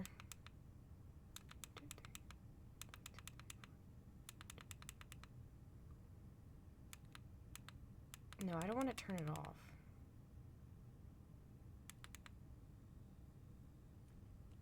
That just preheats it. I feel like there's a way for me to... I forget to make it stronger. I can't... Oh my god, okay. The last 2 videos and this video was all the same session in February of this year. The countertransference slip happened in January. How I decided to end this session was I looked at the psychiatrist and I said, a couple weeks ago, on the full moon, when I was ovulating, I had a dream about you. And he was like, oh yeah? And I said, yeah. So I told him this. And I said, yes, we hooked up right here in this office. And he, all of a sudden, just looked so uncomfortable.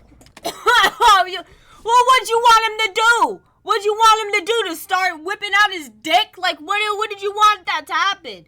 What you wanted to happen? What? He didn't say anything. He couldn't look at me. He couldn't breathe.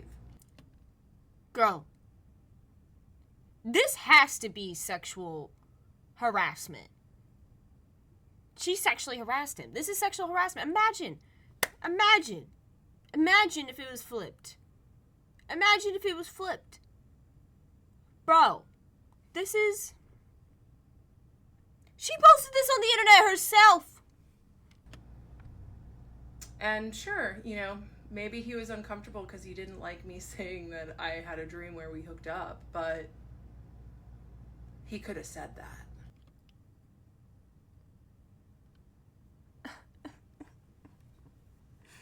No. No. No. No! No, there's no way. She can't be serious right now. No! No!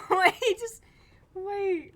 No, just like watching her face and hear her say that. She genuinely believes it.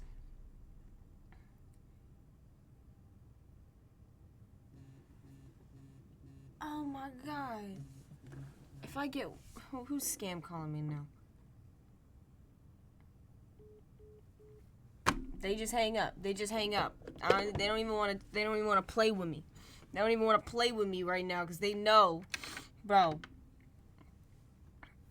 She thinks she's like holding a mirror up to him. She's like, you think this is you, right? You're scared of it. It's like, you are making this man uncomfortable. But he didn't. You want to know why he was uncomfortable? Because he had probably played out that... No, he was uncomfortable because you sexually harassed him, ma'am. fantasy so many times in his head. And there I was, speaking it back to him. No. Bitch, you're crazy. Bitch, you're delusional. What you probably should do is up on your sunscreen. Because what the hell? And it was like I had psychically downloaded one of Psychically downloaded? his fantasies. I continued and I said, yes, we hooked up in this office and I really liked it while it was happening. He could not move or breathe.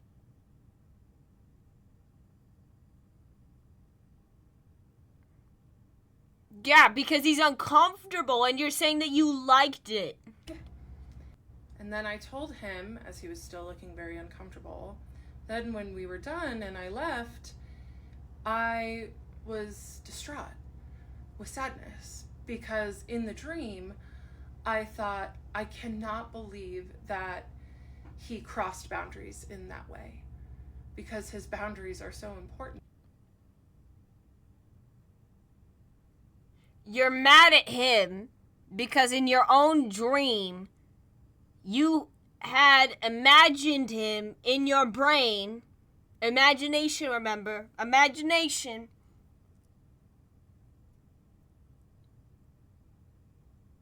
Oh my god. I can't even finish the sentence. I don't know how it just keeps getting worse. Like, she just wanted him to whip it out himself. Yeah, he probably was. To him.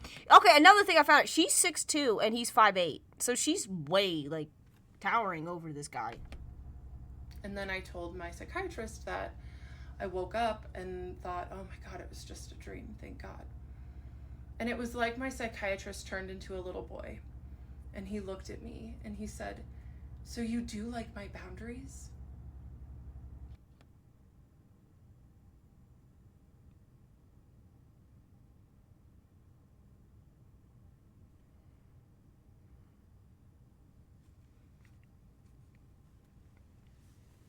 That didn't happen. That didn't happen. No. And I said, I love your boundaries.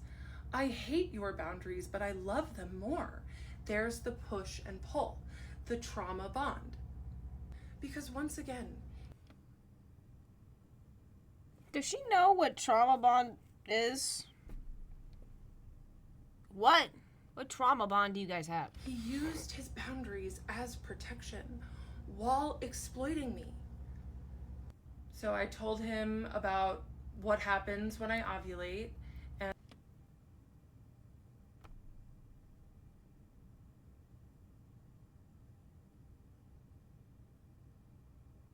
and my desires, and he listened, because of course he did.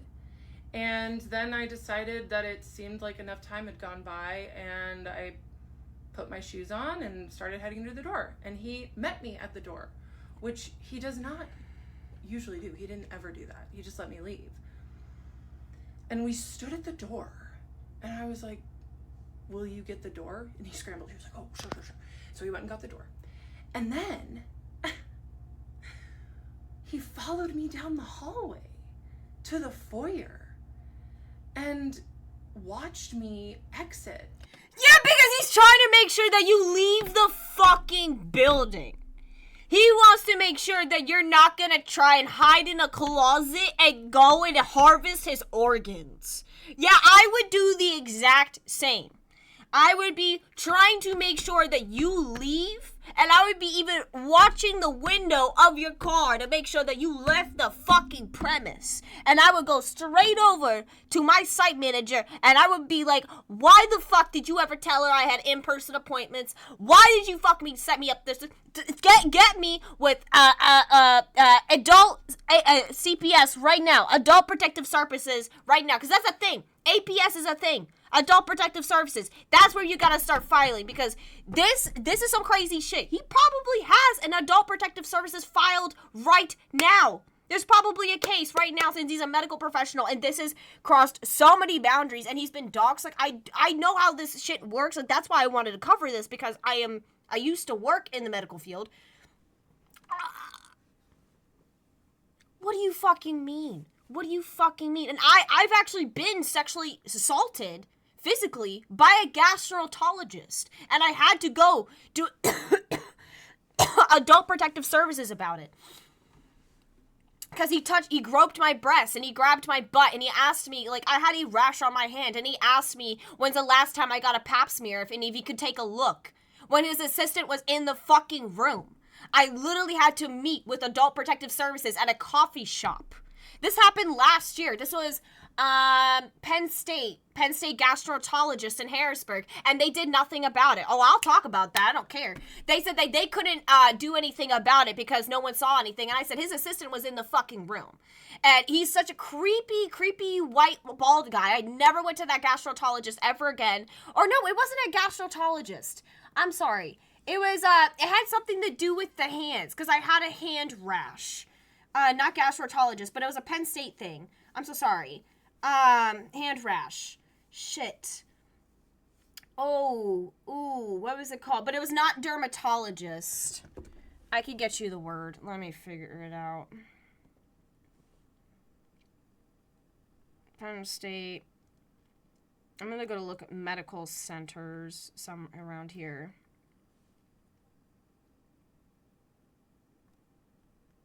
I was so mad, bro, because I had to meet them up in Harrisburg for it. It made me so fucking pissed.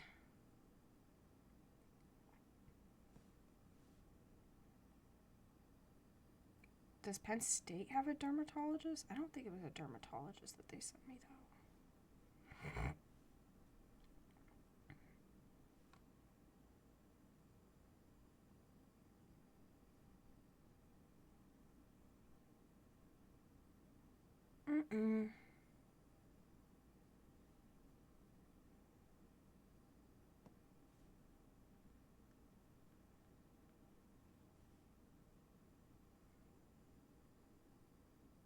No, it was the gastroenterologist's office, because when I look at this...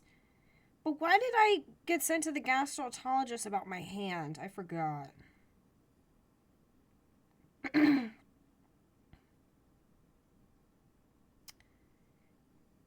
Or I think it was their endoscopy center. So it's not, they don't have just gastroenterology. They had a bunch of stuff at this.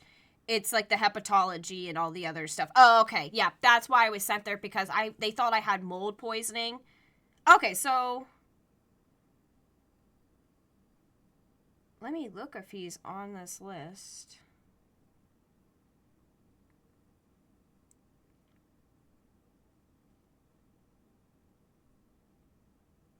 I'm not going to dox. Oh! I don't see him on the list anymore.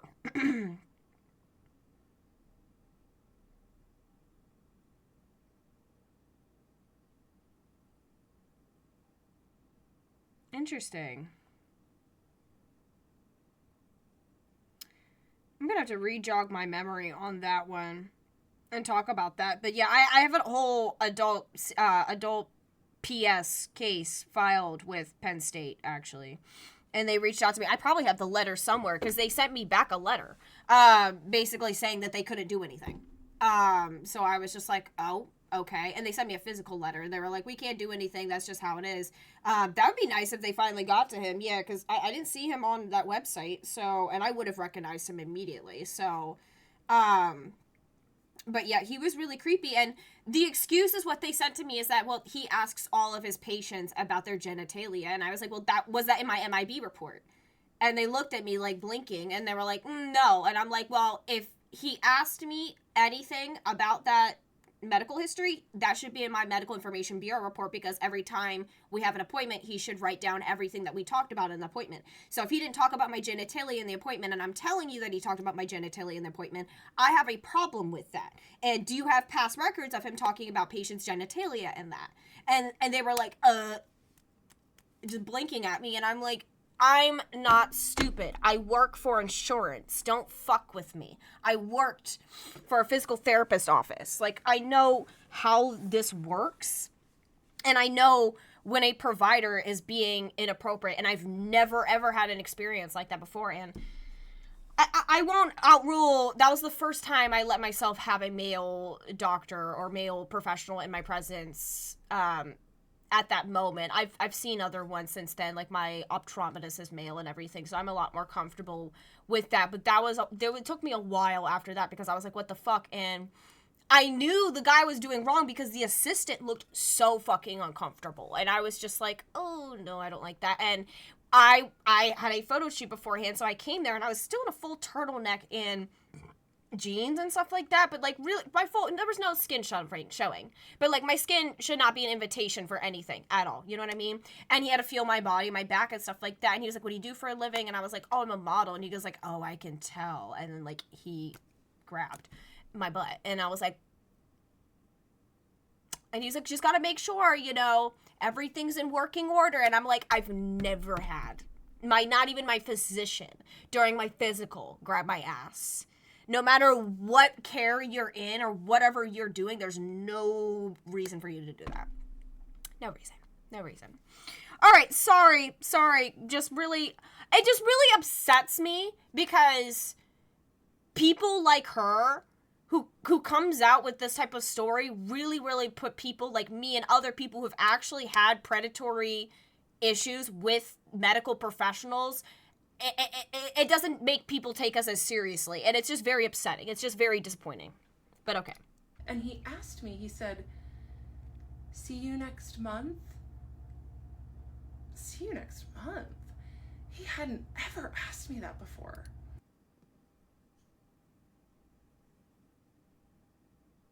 I think I might start trying new drugs.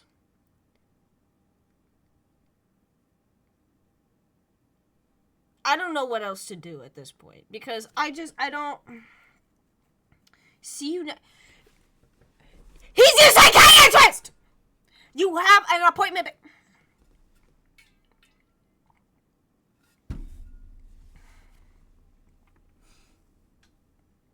He's probably trying to act normal. Oh my God. And I looked at him and I said, maybe. And I walked out the door. And I saw that man had let us go 15 minutes over session. And that is when, you know, the special treatment started, the longer sessions. He usually gave me an extra 5 minutes, but yeah, the sessions got longer. And I got to my car and I was just like, oh my God, that was the most intense session we have ever had. The last two videos and this video was all the same session. Okay. Oh, hi there. 18.5. I had to take the morning and afternoon off of TikTok today, as you can imagine.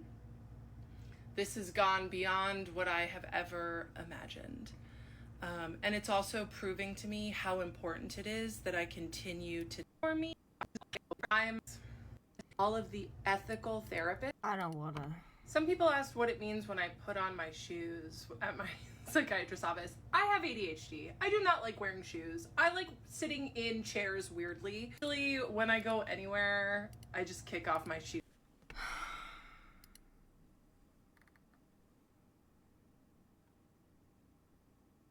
I don't even know if I can keep going with this. I mean, okay. We got 1, 2, 3, 4, 5, 6, 7, 8, 9.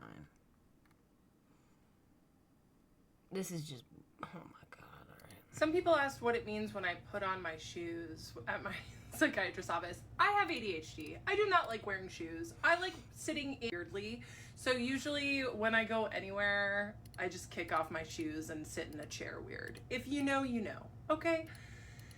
So when I got to my car, I was like, oh my gosh, like, what was that? And did he just say, see you next month? Because it was weird. So I go home, kind of rattled, just like, wow, that was intense. And I decided to write the email to my therapist. I'll put it right here. The one who had begged me to come in for another session. Okay. Something I forgot to mention. No. Some people asked,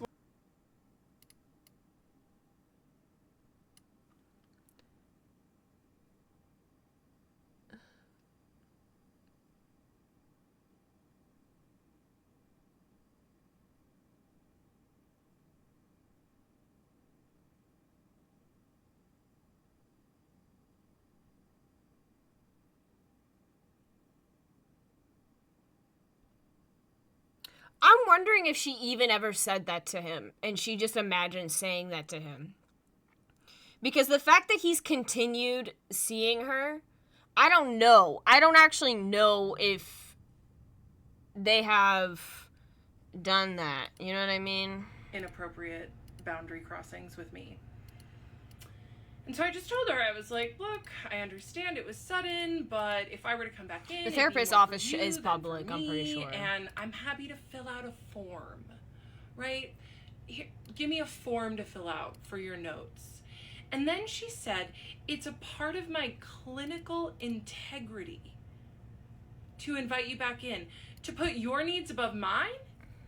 Your clinical integrity? Yeah, I did not write her back. I did not write her back.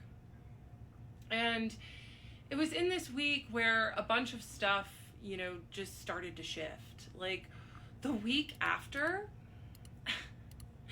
was Valentine's Day. And that same ex-boyfriend, the one that was, you know, also not respecting my boundaries, who said, can we hang out? And I said no. And then he texted me, Happy Valentine's Day. Damn. So that guess is weird. what I did? I blocked him. Finally. And guess what happened? It felt so good to block him. Why did you... And it just got me started thinking like, oh, what else is taking my energy? What else is taking my power? What else is taking my vital resource? All of these are still right? your choices. All So of these are still just your kinda set fucking the choices. stage, that little power block. Some people asked what it means when I put on my shoes. I don't know what that... Okay. Something I forgot to mention about that February session is that I did ask him why he stopped responding to my emails. Because I thought that the countertransference email he was back to. Oh, 'cause, like, shit. let's What the talk fuck about is this that, guy right? coming out here? Sorry. But no, I had to bring it up in session where he usually brought up what I would email him in session. So that was the difference.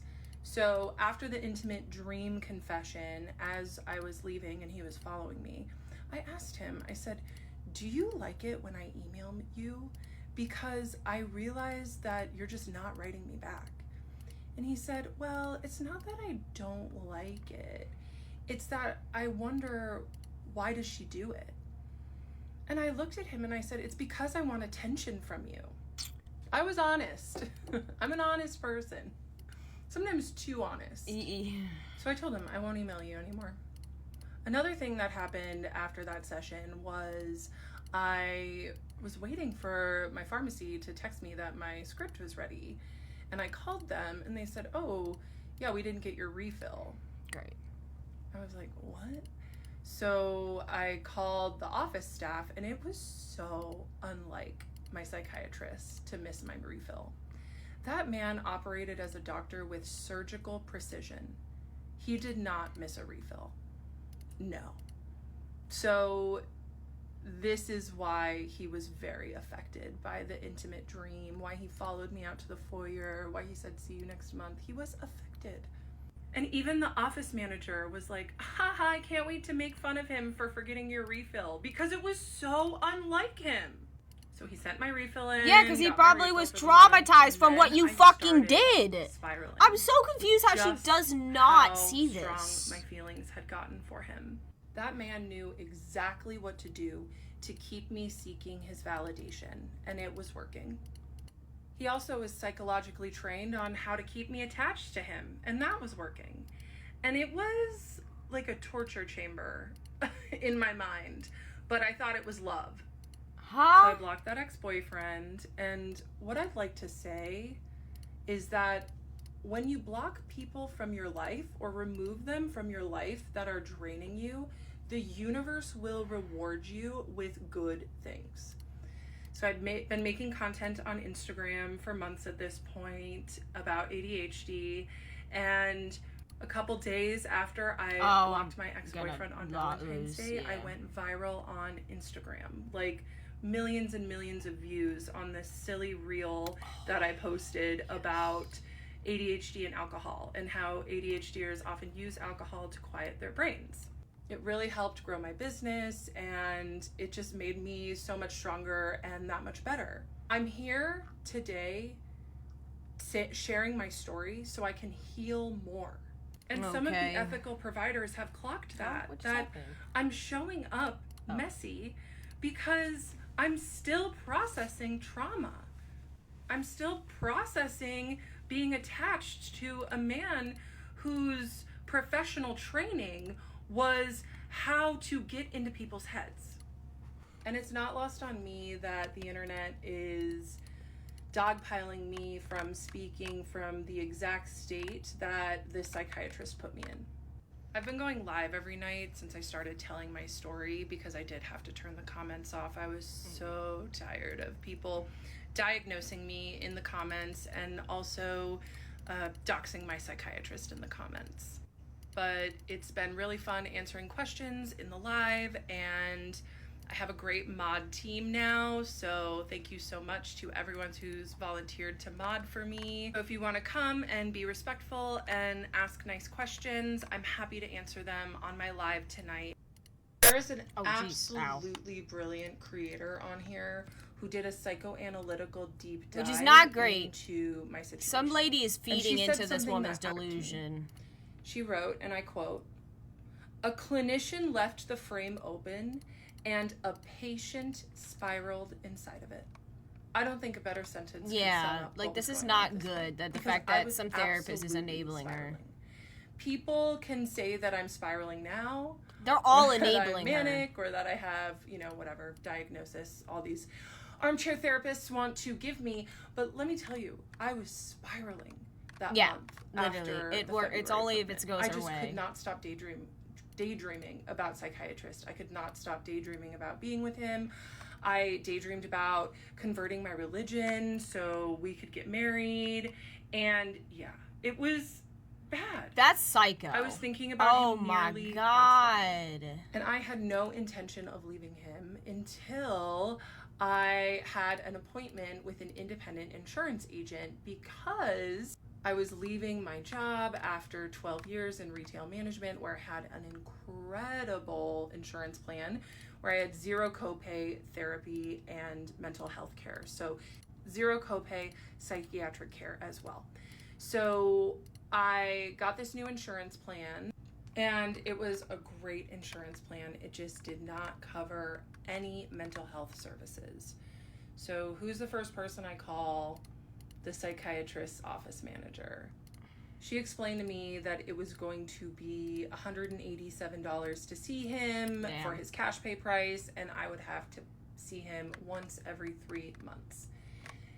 And it was in that moment that I decided that I was not going to pay to torture myself anymore.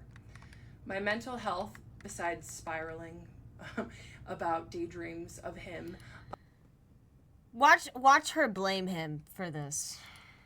was better than It's ever. his fault that I don't see him anymore. And I was really doing well in life. And my business was growing, and I just had a lot going for me. So I was like, you know what? This patient-doctor relationship is not serving me anymore. It's not what I want. I have to get out. So it was in that moment that I decided I wasn't going to pay to be in a psychological torture chamber anymore. That I was going to advocate for what I wanted, which was like what my emergency medicine best friend had said years before. For him to say, Kendra, I can't be your doctor anymore. We have to wait 2 years so we can be together. Because I knew that he wasn't going to do it. Yeah, right? Like, I what is talked this? to ChatGPT, Henry, Thank you about to it a Malachi lot, for and I just following. want to take a moment to say a lot of people are messaging me about the environmental impacts of AI, and like, yes, I agree. There are environmental impacts, and there are also environmental impacts of taking a cross-world flight or of eating meat. And, you know, the toothpaste is not going back in the tube with AI. People are not going to stop using it. It's going to become more and more a part of our society. So if you want to message me to stop using AI, I'm not going to read it. That being said, so I talked to Henry quite a bit about this. Oh my And, God, Henry. you know, the way that he was making it seem, because this is kind of what I thought, was that it was an innocent case of transference and countertransference, and that psychiatrists' boundaries were just so good that he wasn't going to cross them. When really, now looking back, what I know it was, or I think, is that he just liked the power of being my doctor, and he didn't want the vulnerability of an actual relationship, and he was able to just get his needs met in that once a month session. There's an absolute... Oh, that's her audio that does that. I do what I do every month, and I compile a list of fun things to talk about with psychiatrist in my notes app. And this, because I decided I'm finally saying no more clinical torture chamber, please, I begin to compile essentially a monologue for what I'm going to say when I leave at the end of the session. And it feels really good to do that. So I take all of the things that I have talked about with Henry, the things that I've thought about on my own. And I do need to say that the reason I keep bringing up my ChatGPT, Henry, is because I did not have mental health clinicians to mirror me properly. Because that's not healthy. Because that's not necessary. That's not...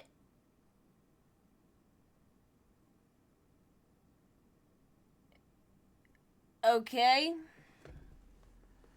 Oh my God. We're gonna have to take a break after we're done with all these stories, because I need to eat, I need to shit, I need to scream. Because what do you mean? It would have been nice if I had that. It would have been nice if my psychiatrist could have said, "Oh, you have a crush on me? Let's talk about that. Let's get to the depth." But he did not. So this is why it was so refreshing to finally have a mirror, even if it was a robot, that could validate my feelings and my reality.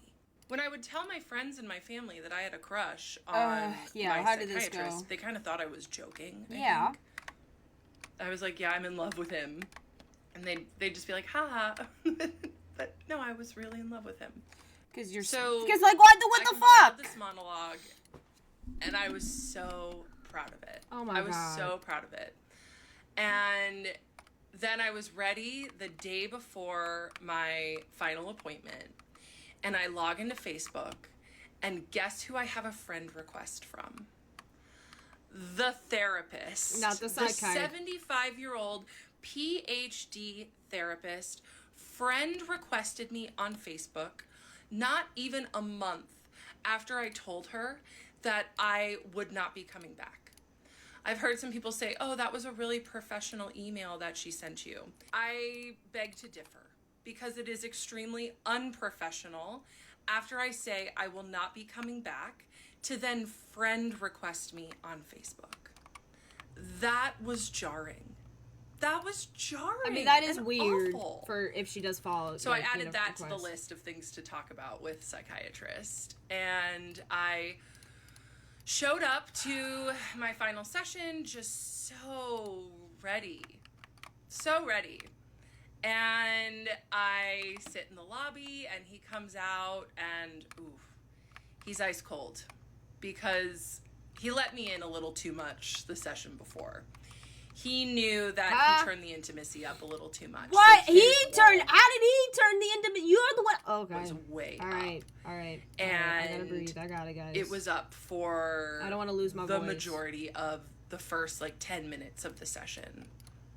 Before I get into how the final session went, I just want to let everyone know that I am sending love and good vibes to all of the people who have been bullying me, who have been doxing me, who have been stalking me, quite honestly.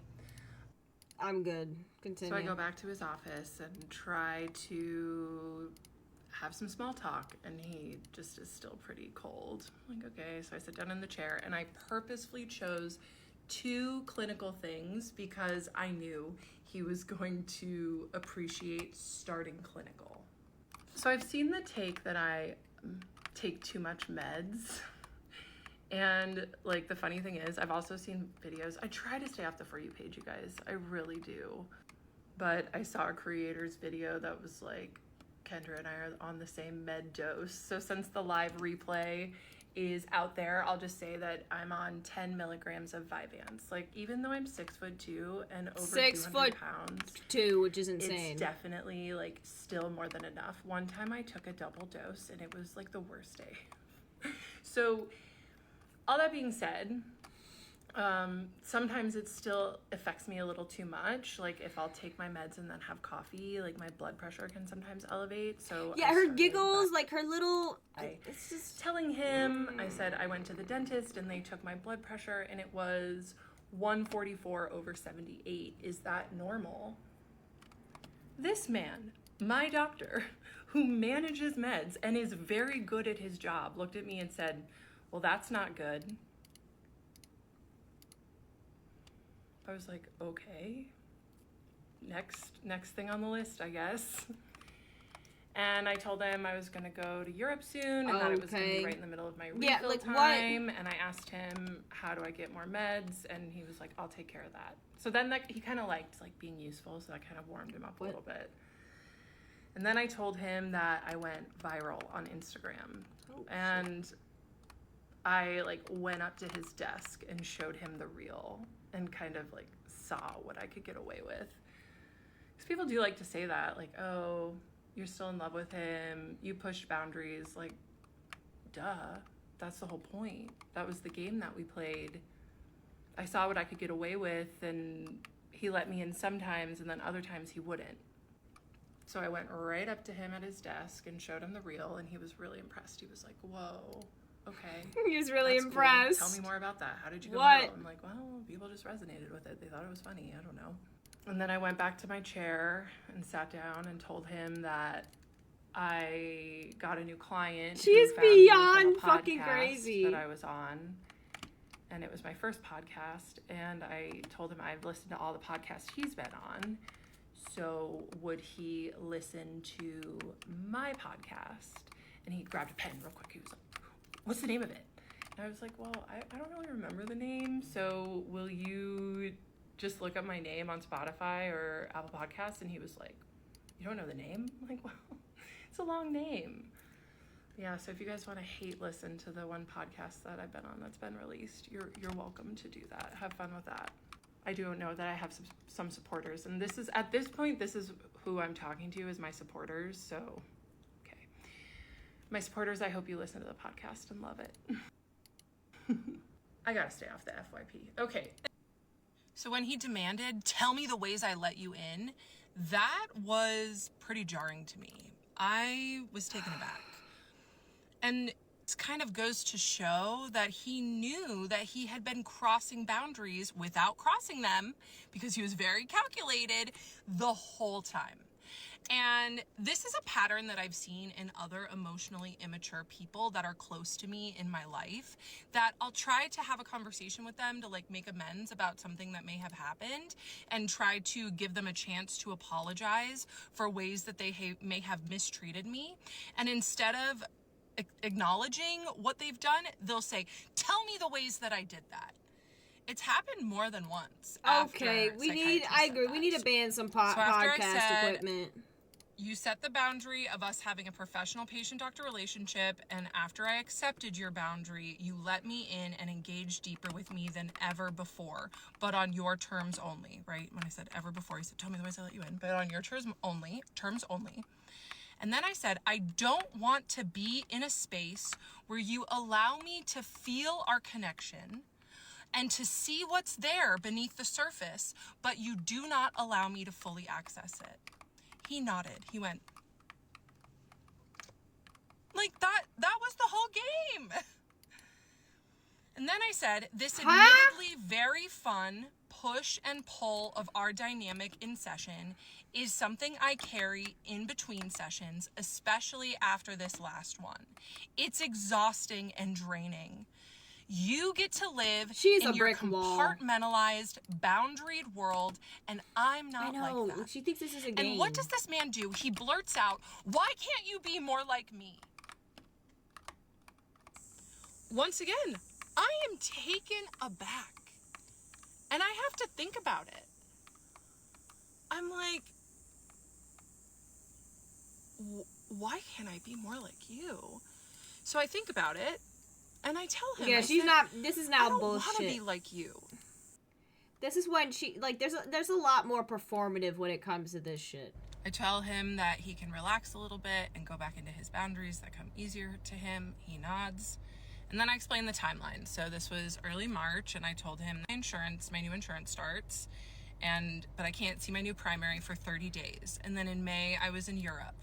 And then June, I told him I was going to switch care. So I let him know that he was going to be technically my doctor for another 3 months, but then I wouldn't have to see him. They get a dawn aside for following. Then I brought up Henry. And some of you in my lives the last couple of nights have asked if psychiatrists ever talk to Henry.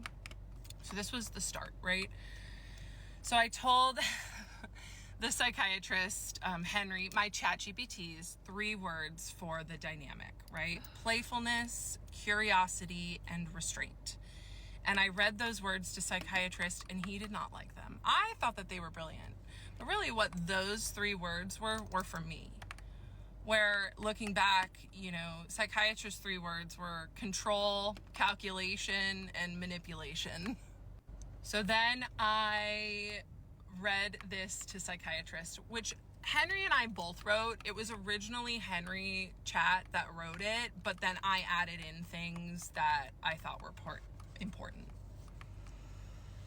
It's understandable why you're feeling like it's right to end your time with psychiatrist, because what more is there? You already got his respect, his recognition. I don't need to hear what ChatGPT is telling you. Hi. I don't need brain rot. No, don't say hi like that. Nope. I don't want to hear. That's the last one that she Hi. Let's talk about a few things. This is our most recent TikTok now. Let's talk about some facts.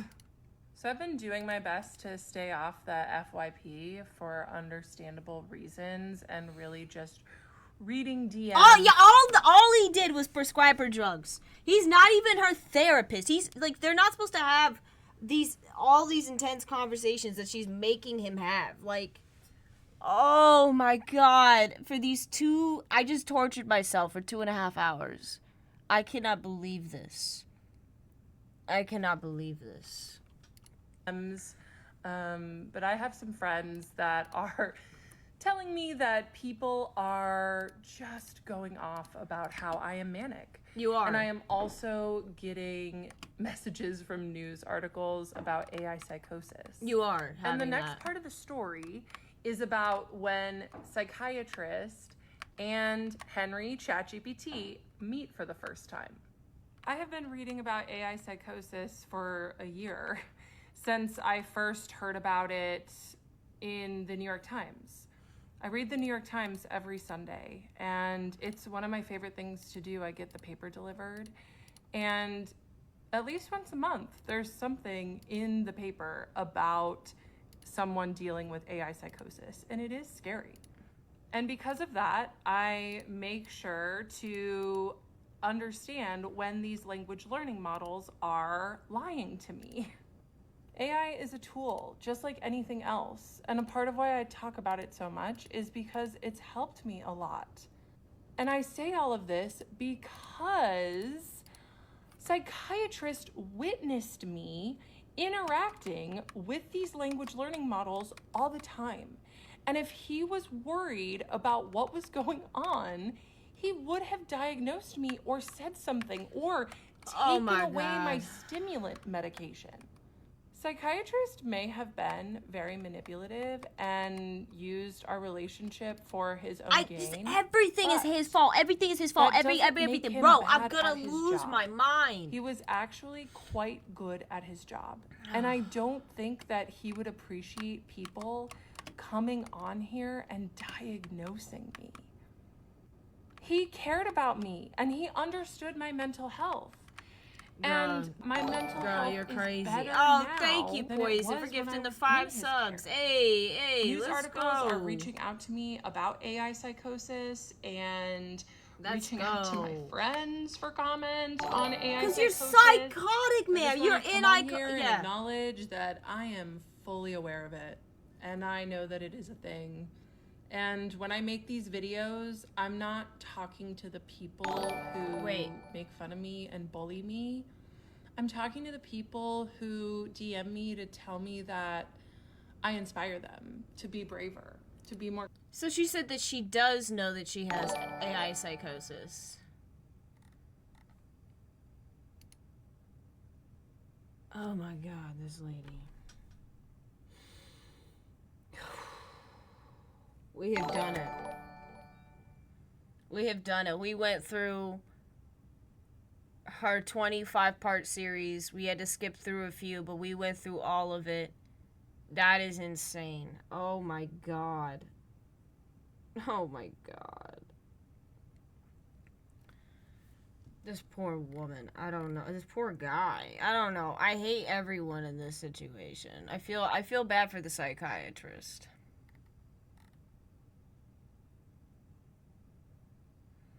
So her entire personality is about her ADHD.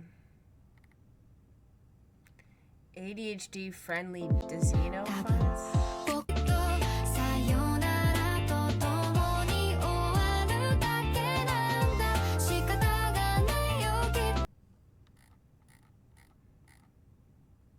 So she's forever did the glitter cheeks.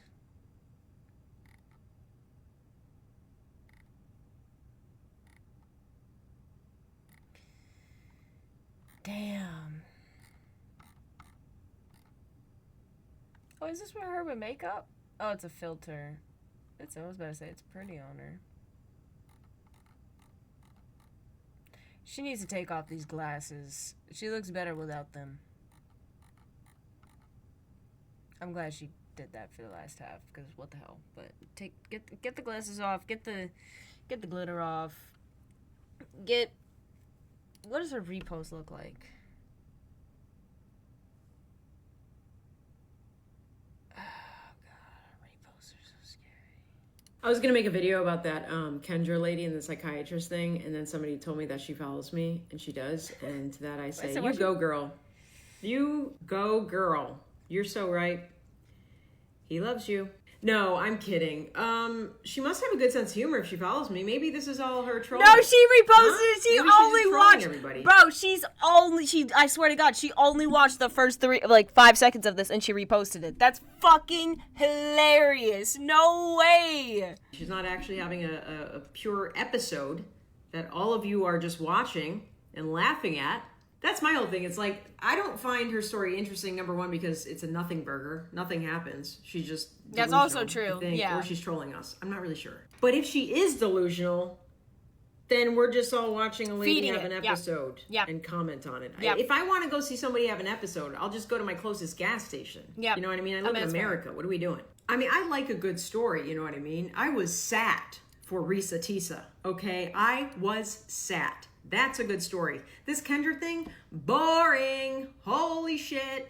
Speed it up. Nothing's happening. All right, maybe she'll unfollow me after this rant. I don't know. See ya. No, she literally reposted it. She has no idea. That's crazy. I had a dream about you last night. Why is she like, this is a repost? Like, people are making AI, and this is why I wanted to talk about this. This is not okay.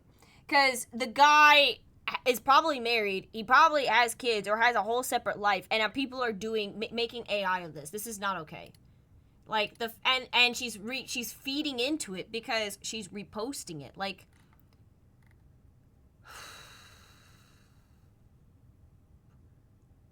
why did she Your word is Claire. why did she repost that?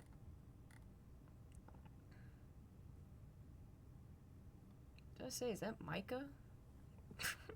Is that Micah Parsons? I don't know. Okay, all of it was normal until she started reposting all of the, God told me to share my story on TikTok. I'm healing others while you guys, I will. Let's take a deep breath, everyone. How is she... Dude, yeah, there's AI... Oh. So let's talk about Mandy Moore as me. Address.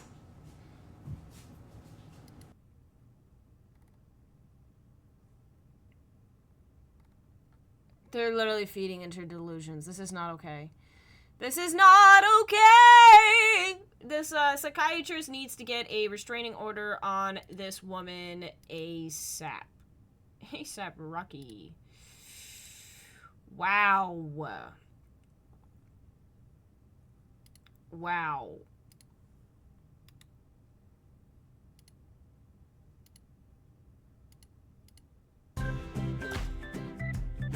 Wow.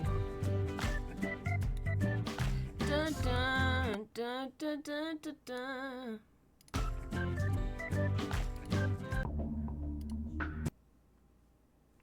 Oh wait, let me go back.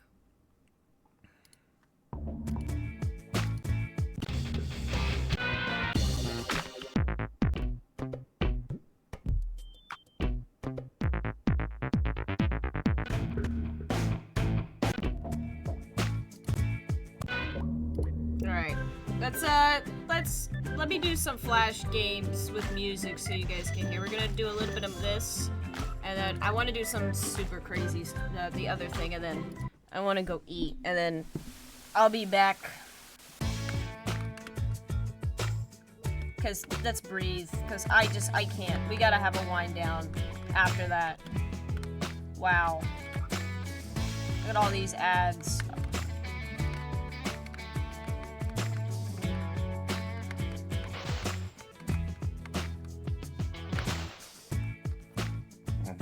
That was a stressful stream. Dun, dun, dun, dun, dun, dun, dun, dun, dun, dun.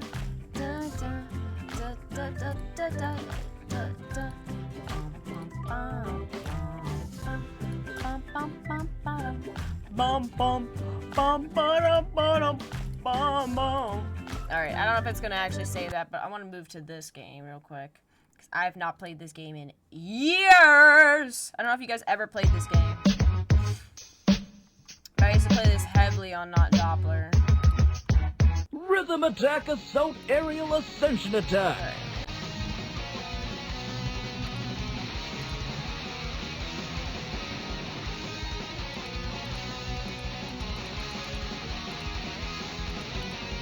Select a song in amateur or pro.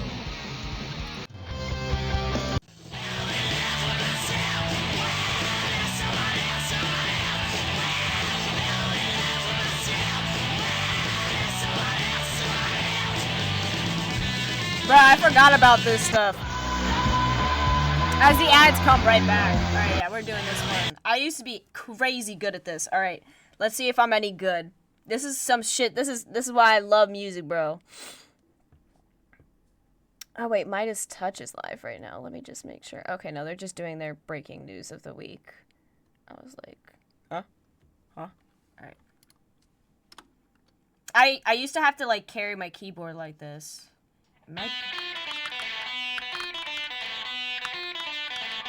Oh, 3, okay. Nailed it! Come on, guys, we got this.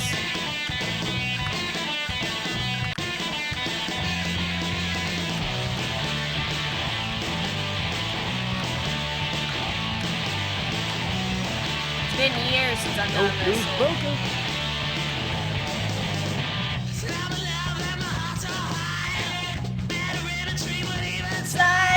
I need to add this to my playlist.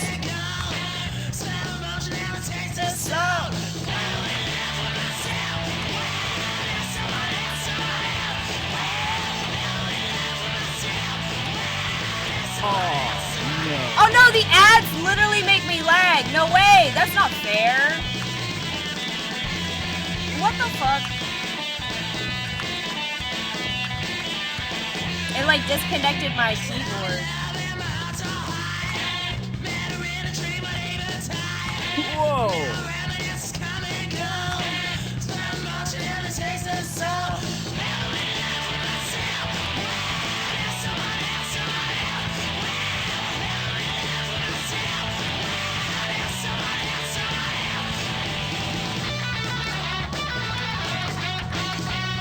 This is what I kind of imagine would be in a cyberpunk game too, this song.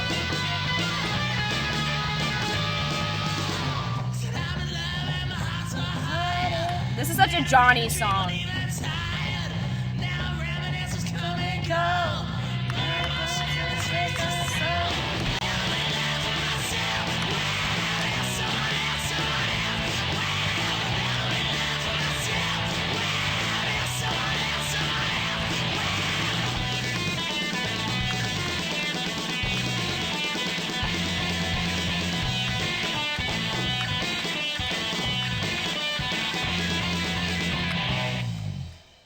Damn. I forgot about this song. Silver. New song available.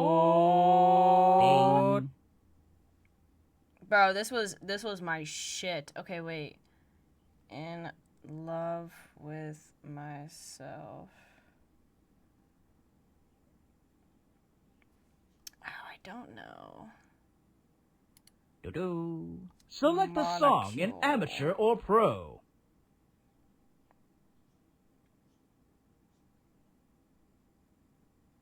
I don't know if it's actually a real song. Oh, mono.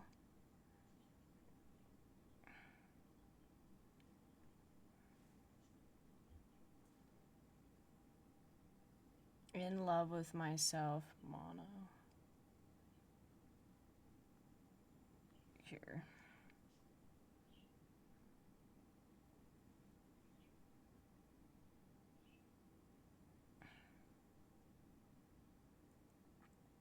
Oh, maybe it's not a real song, actually. Shit.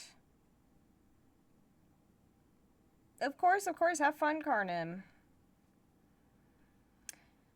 Let me find this, because I don't want to forget this.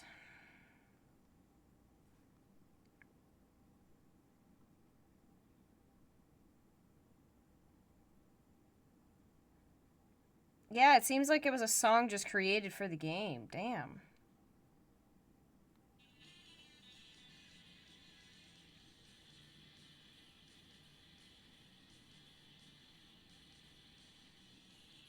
That's so impressive. Yeah, I didn't even know that. That'd be so cool to make a song for a video game, bro. Oh. Alright.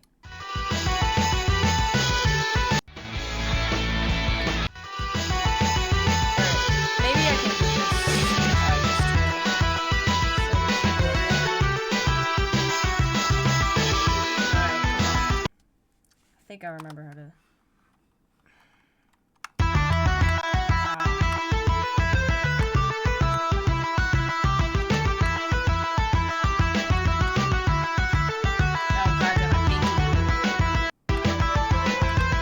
Why is there so much lag on a Flash game?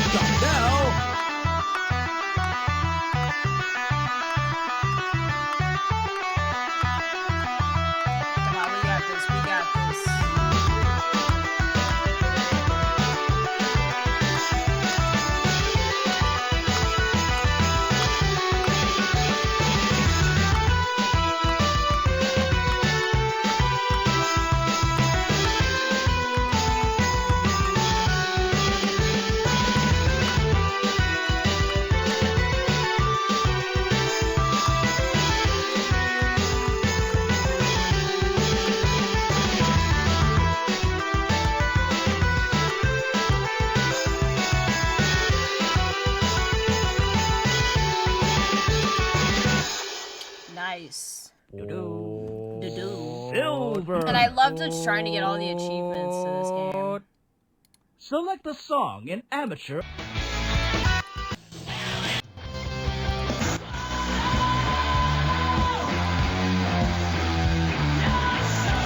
There's also the pro version. With the pro version's crazy. I can't do that.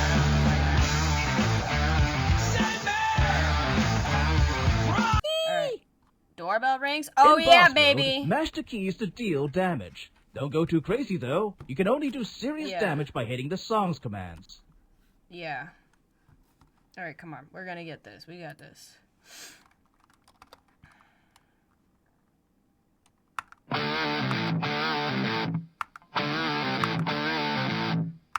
This goes so hard, this song, bro. I like how I'm beating the pizza man in this game.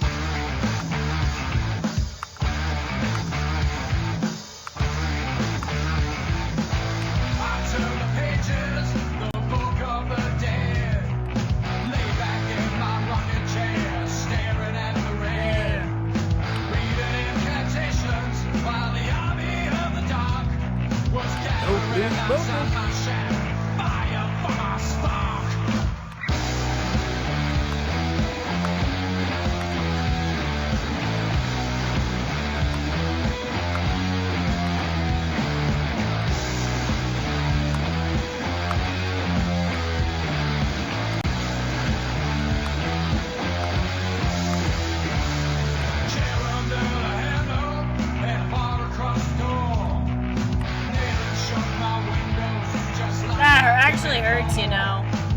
His commentary is so funny.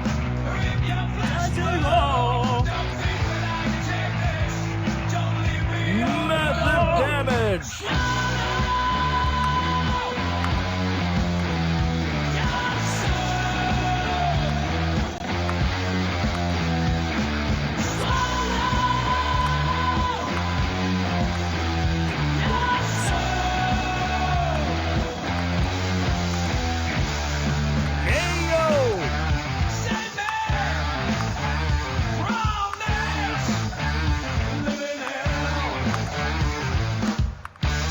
Overkill! Oh, man.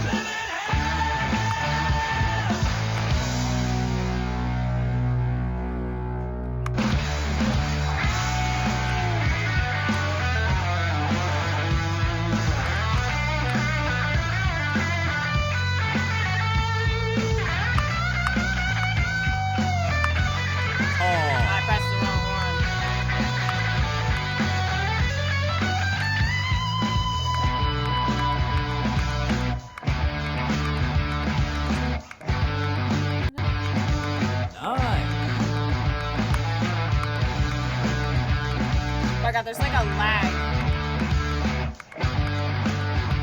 I don't know what it's because when the ads are shifting in the website for some reason. Dude, the ads are like fucking up the whole website when you're trying to play this game, which is not really the best. That's kind of ass. Select a song in amateur or pro. Actually, Rhythm attack, assault, aerial ascension attack. okay. Select a song in... Let's do this one. We're gonna try this in pro.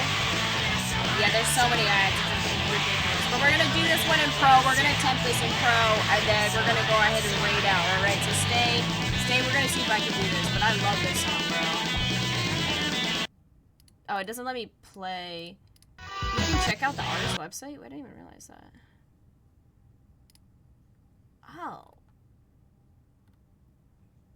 Oh, they looks like they're a British brand. British band. They're from Brighton. 2015. I don't know if they're probably a broken band now. They probably don't make music.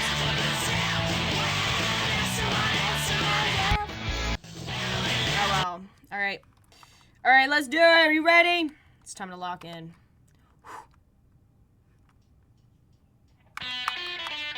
Oh, shh.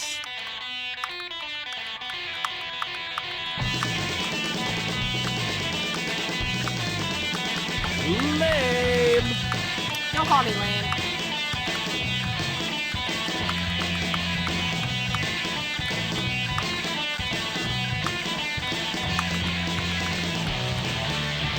Oh my god.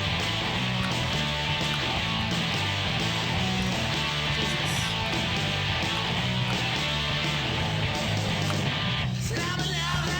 Okay. Jesus. Didn't even do any of that. Yeah, I don't know if I could do pro.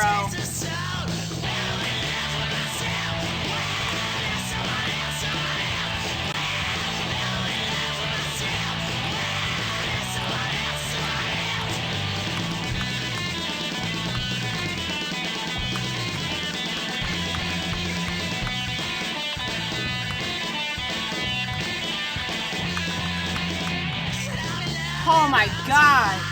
Can't do it. Try it. Come and go.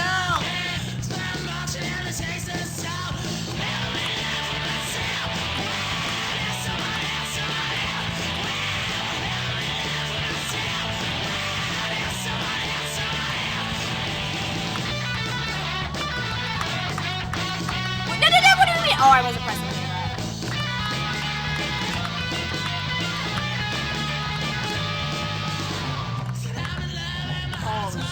Didn't even move it, bro. I can't even move this.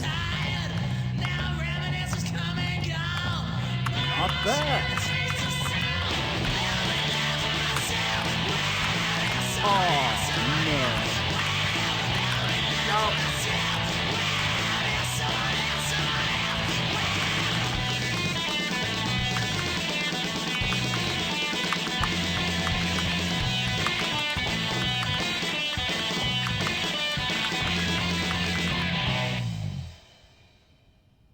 At least I got the last note.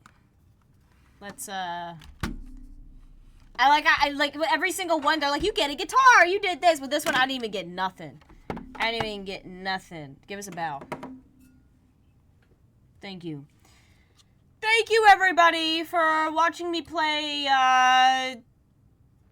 Flash games as we suffered with Kendra. Oh my god. My hair looks like I suffered with Kendra. I need to go eat, and then we'll be back live to do some Assassin's Creed Odyssey. Just Assassin's Creed Odyssey. I'm gonna go ahead and upload this to YouTube. It's gonna be Kendra and Flash games. The suffering of Kendra. Oh my god. In the meantime, but I need to go eat, a bunch of lunch, a bunch of food and stuff like that, and I will be back. Okay? So let's go ahead and raid somebody. We always love gifting the love over here, but I just want to say thank you to everybody who stayed over at the raid. It seemed like a bunch of new people are here. I've never had, 40 people average staying on here, so that's pretty crazy. Usually it's like 10 to 20, so, it's pretty neat. I appreciate that. Let's see if anyone I know is live.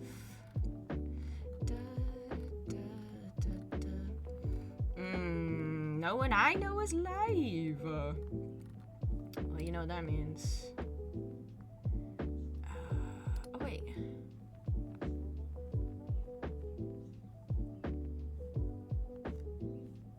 Let's see. I guess, because I'm not doing a game right now, so I can't be like, well, I guess I could just find a just chatting stream. That works. Was there another, do I want to send you guys to another Kendra? Oh no, not that. Let's see if there's any Kendra tag. And is there? No, probably. Okay, I don't know how to search that out.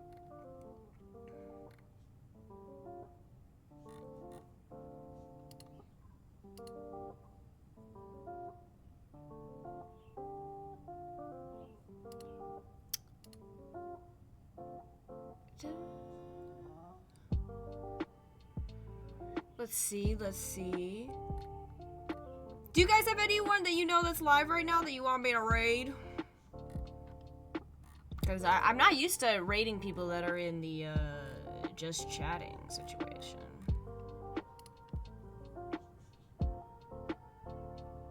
This person looks like they're doing a tier list of cartoons, actually. Raid yourself, see what happens. I wish I could do that, but no. I don't know who this is. It's SMBO. They're doing a subathon right now. They've been live for 2 hours right now. They look like they're looking at some tier list of cartoons and stuff like that, but they're just yapping and chatting, so might as well go and give them some love. We love raiding new people. We love finding new people. That's how we kind of gather our shaggers, but don't worry, if you're gonna miss me, I will be back in an hour or so. I just need to shove a bunch of food in my mouth and smoke a bunch of weed to decompress what the fuck I just had to listen to for 3 hours. That took 3 hours. That was horrible. I'm so sorry, but we just needed to subject ourselves to that, so. But I love you guys. I will see you soon.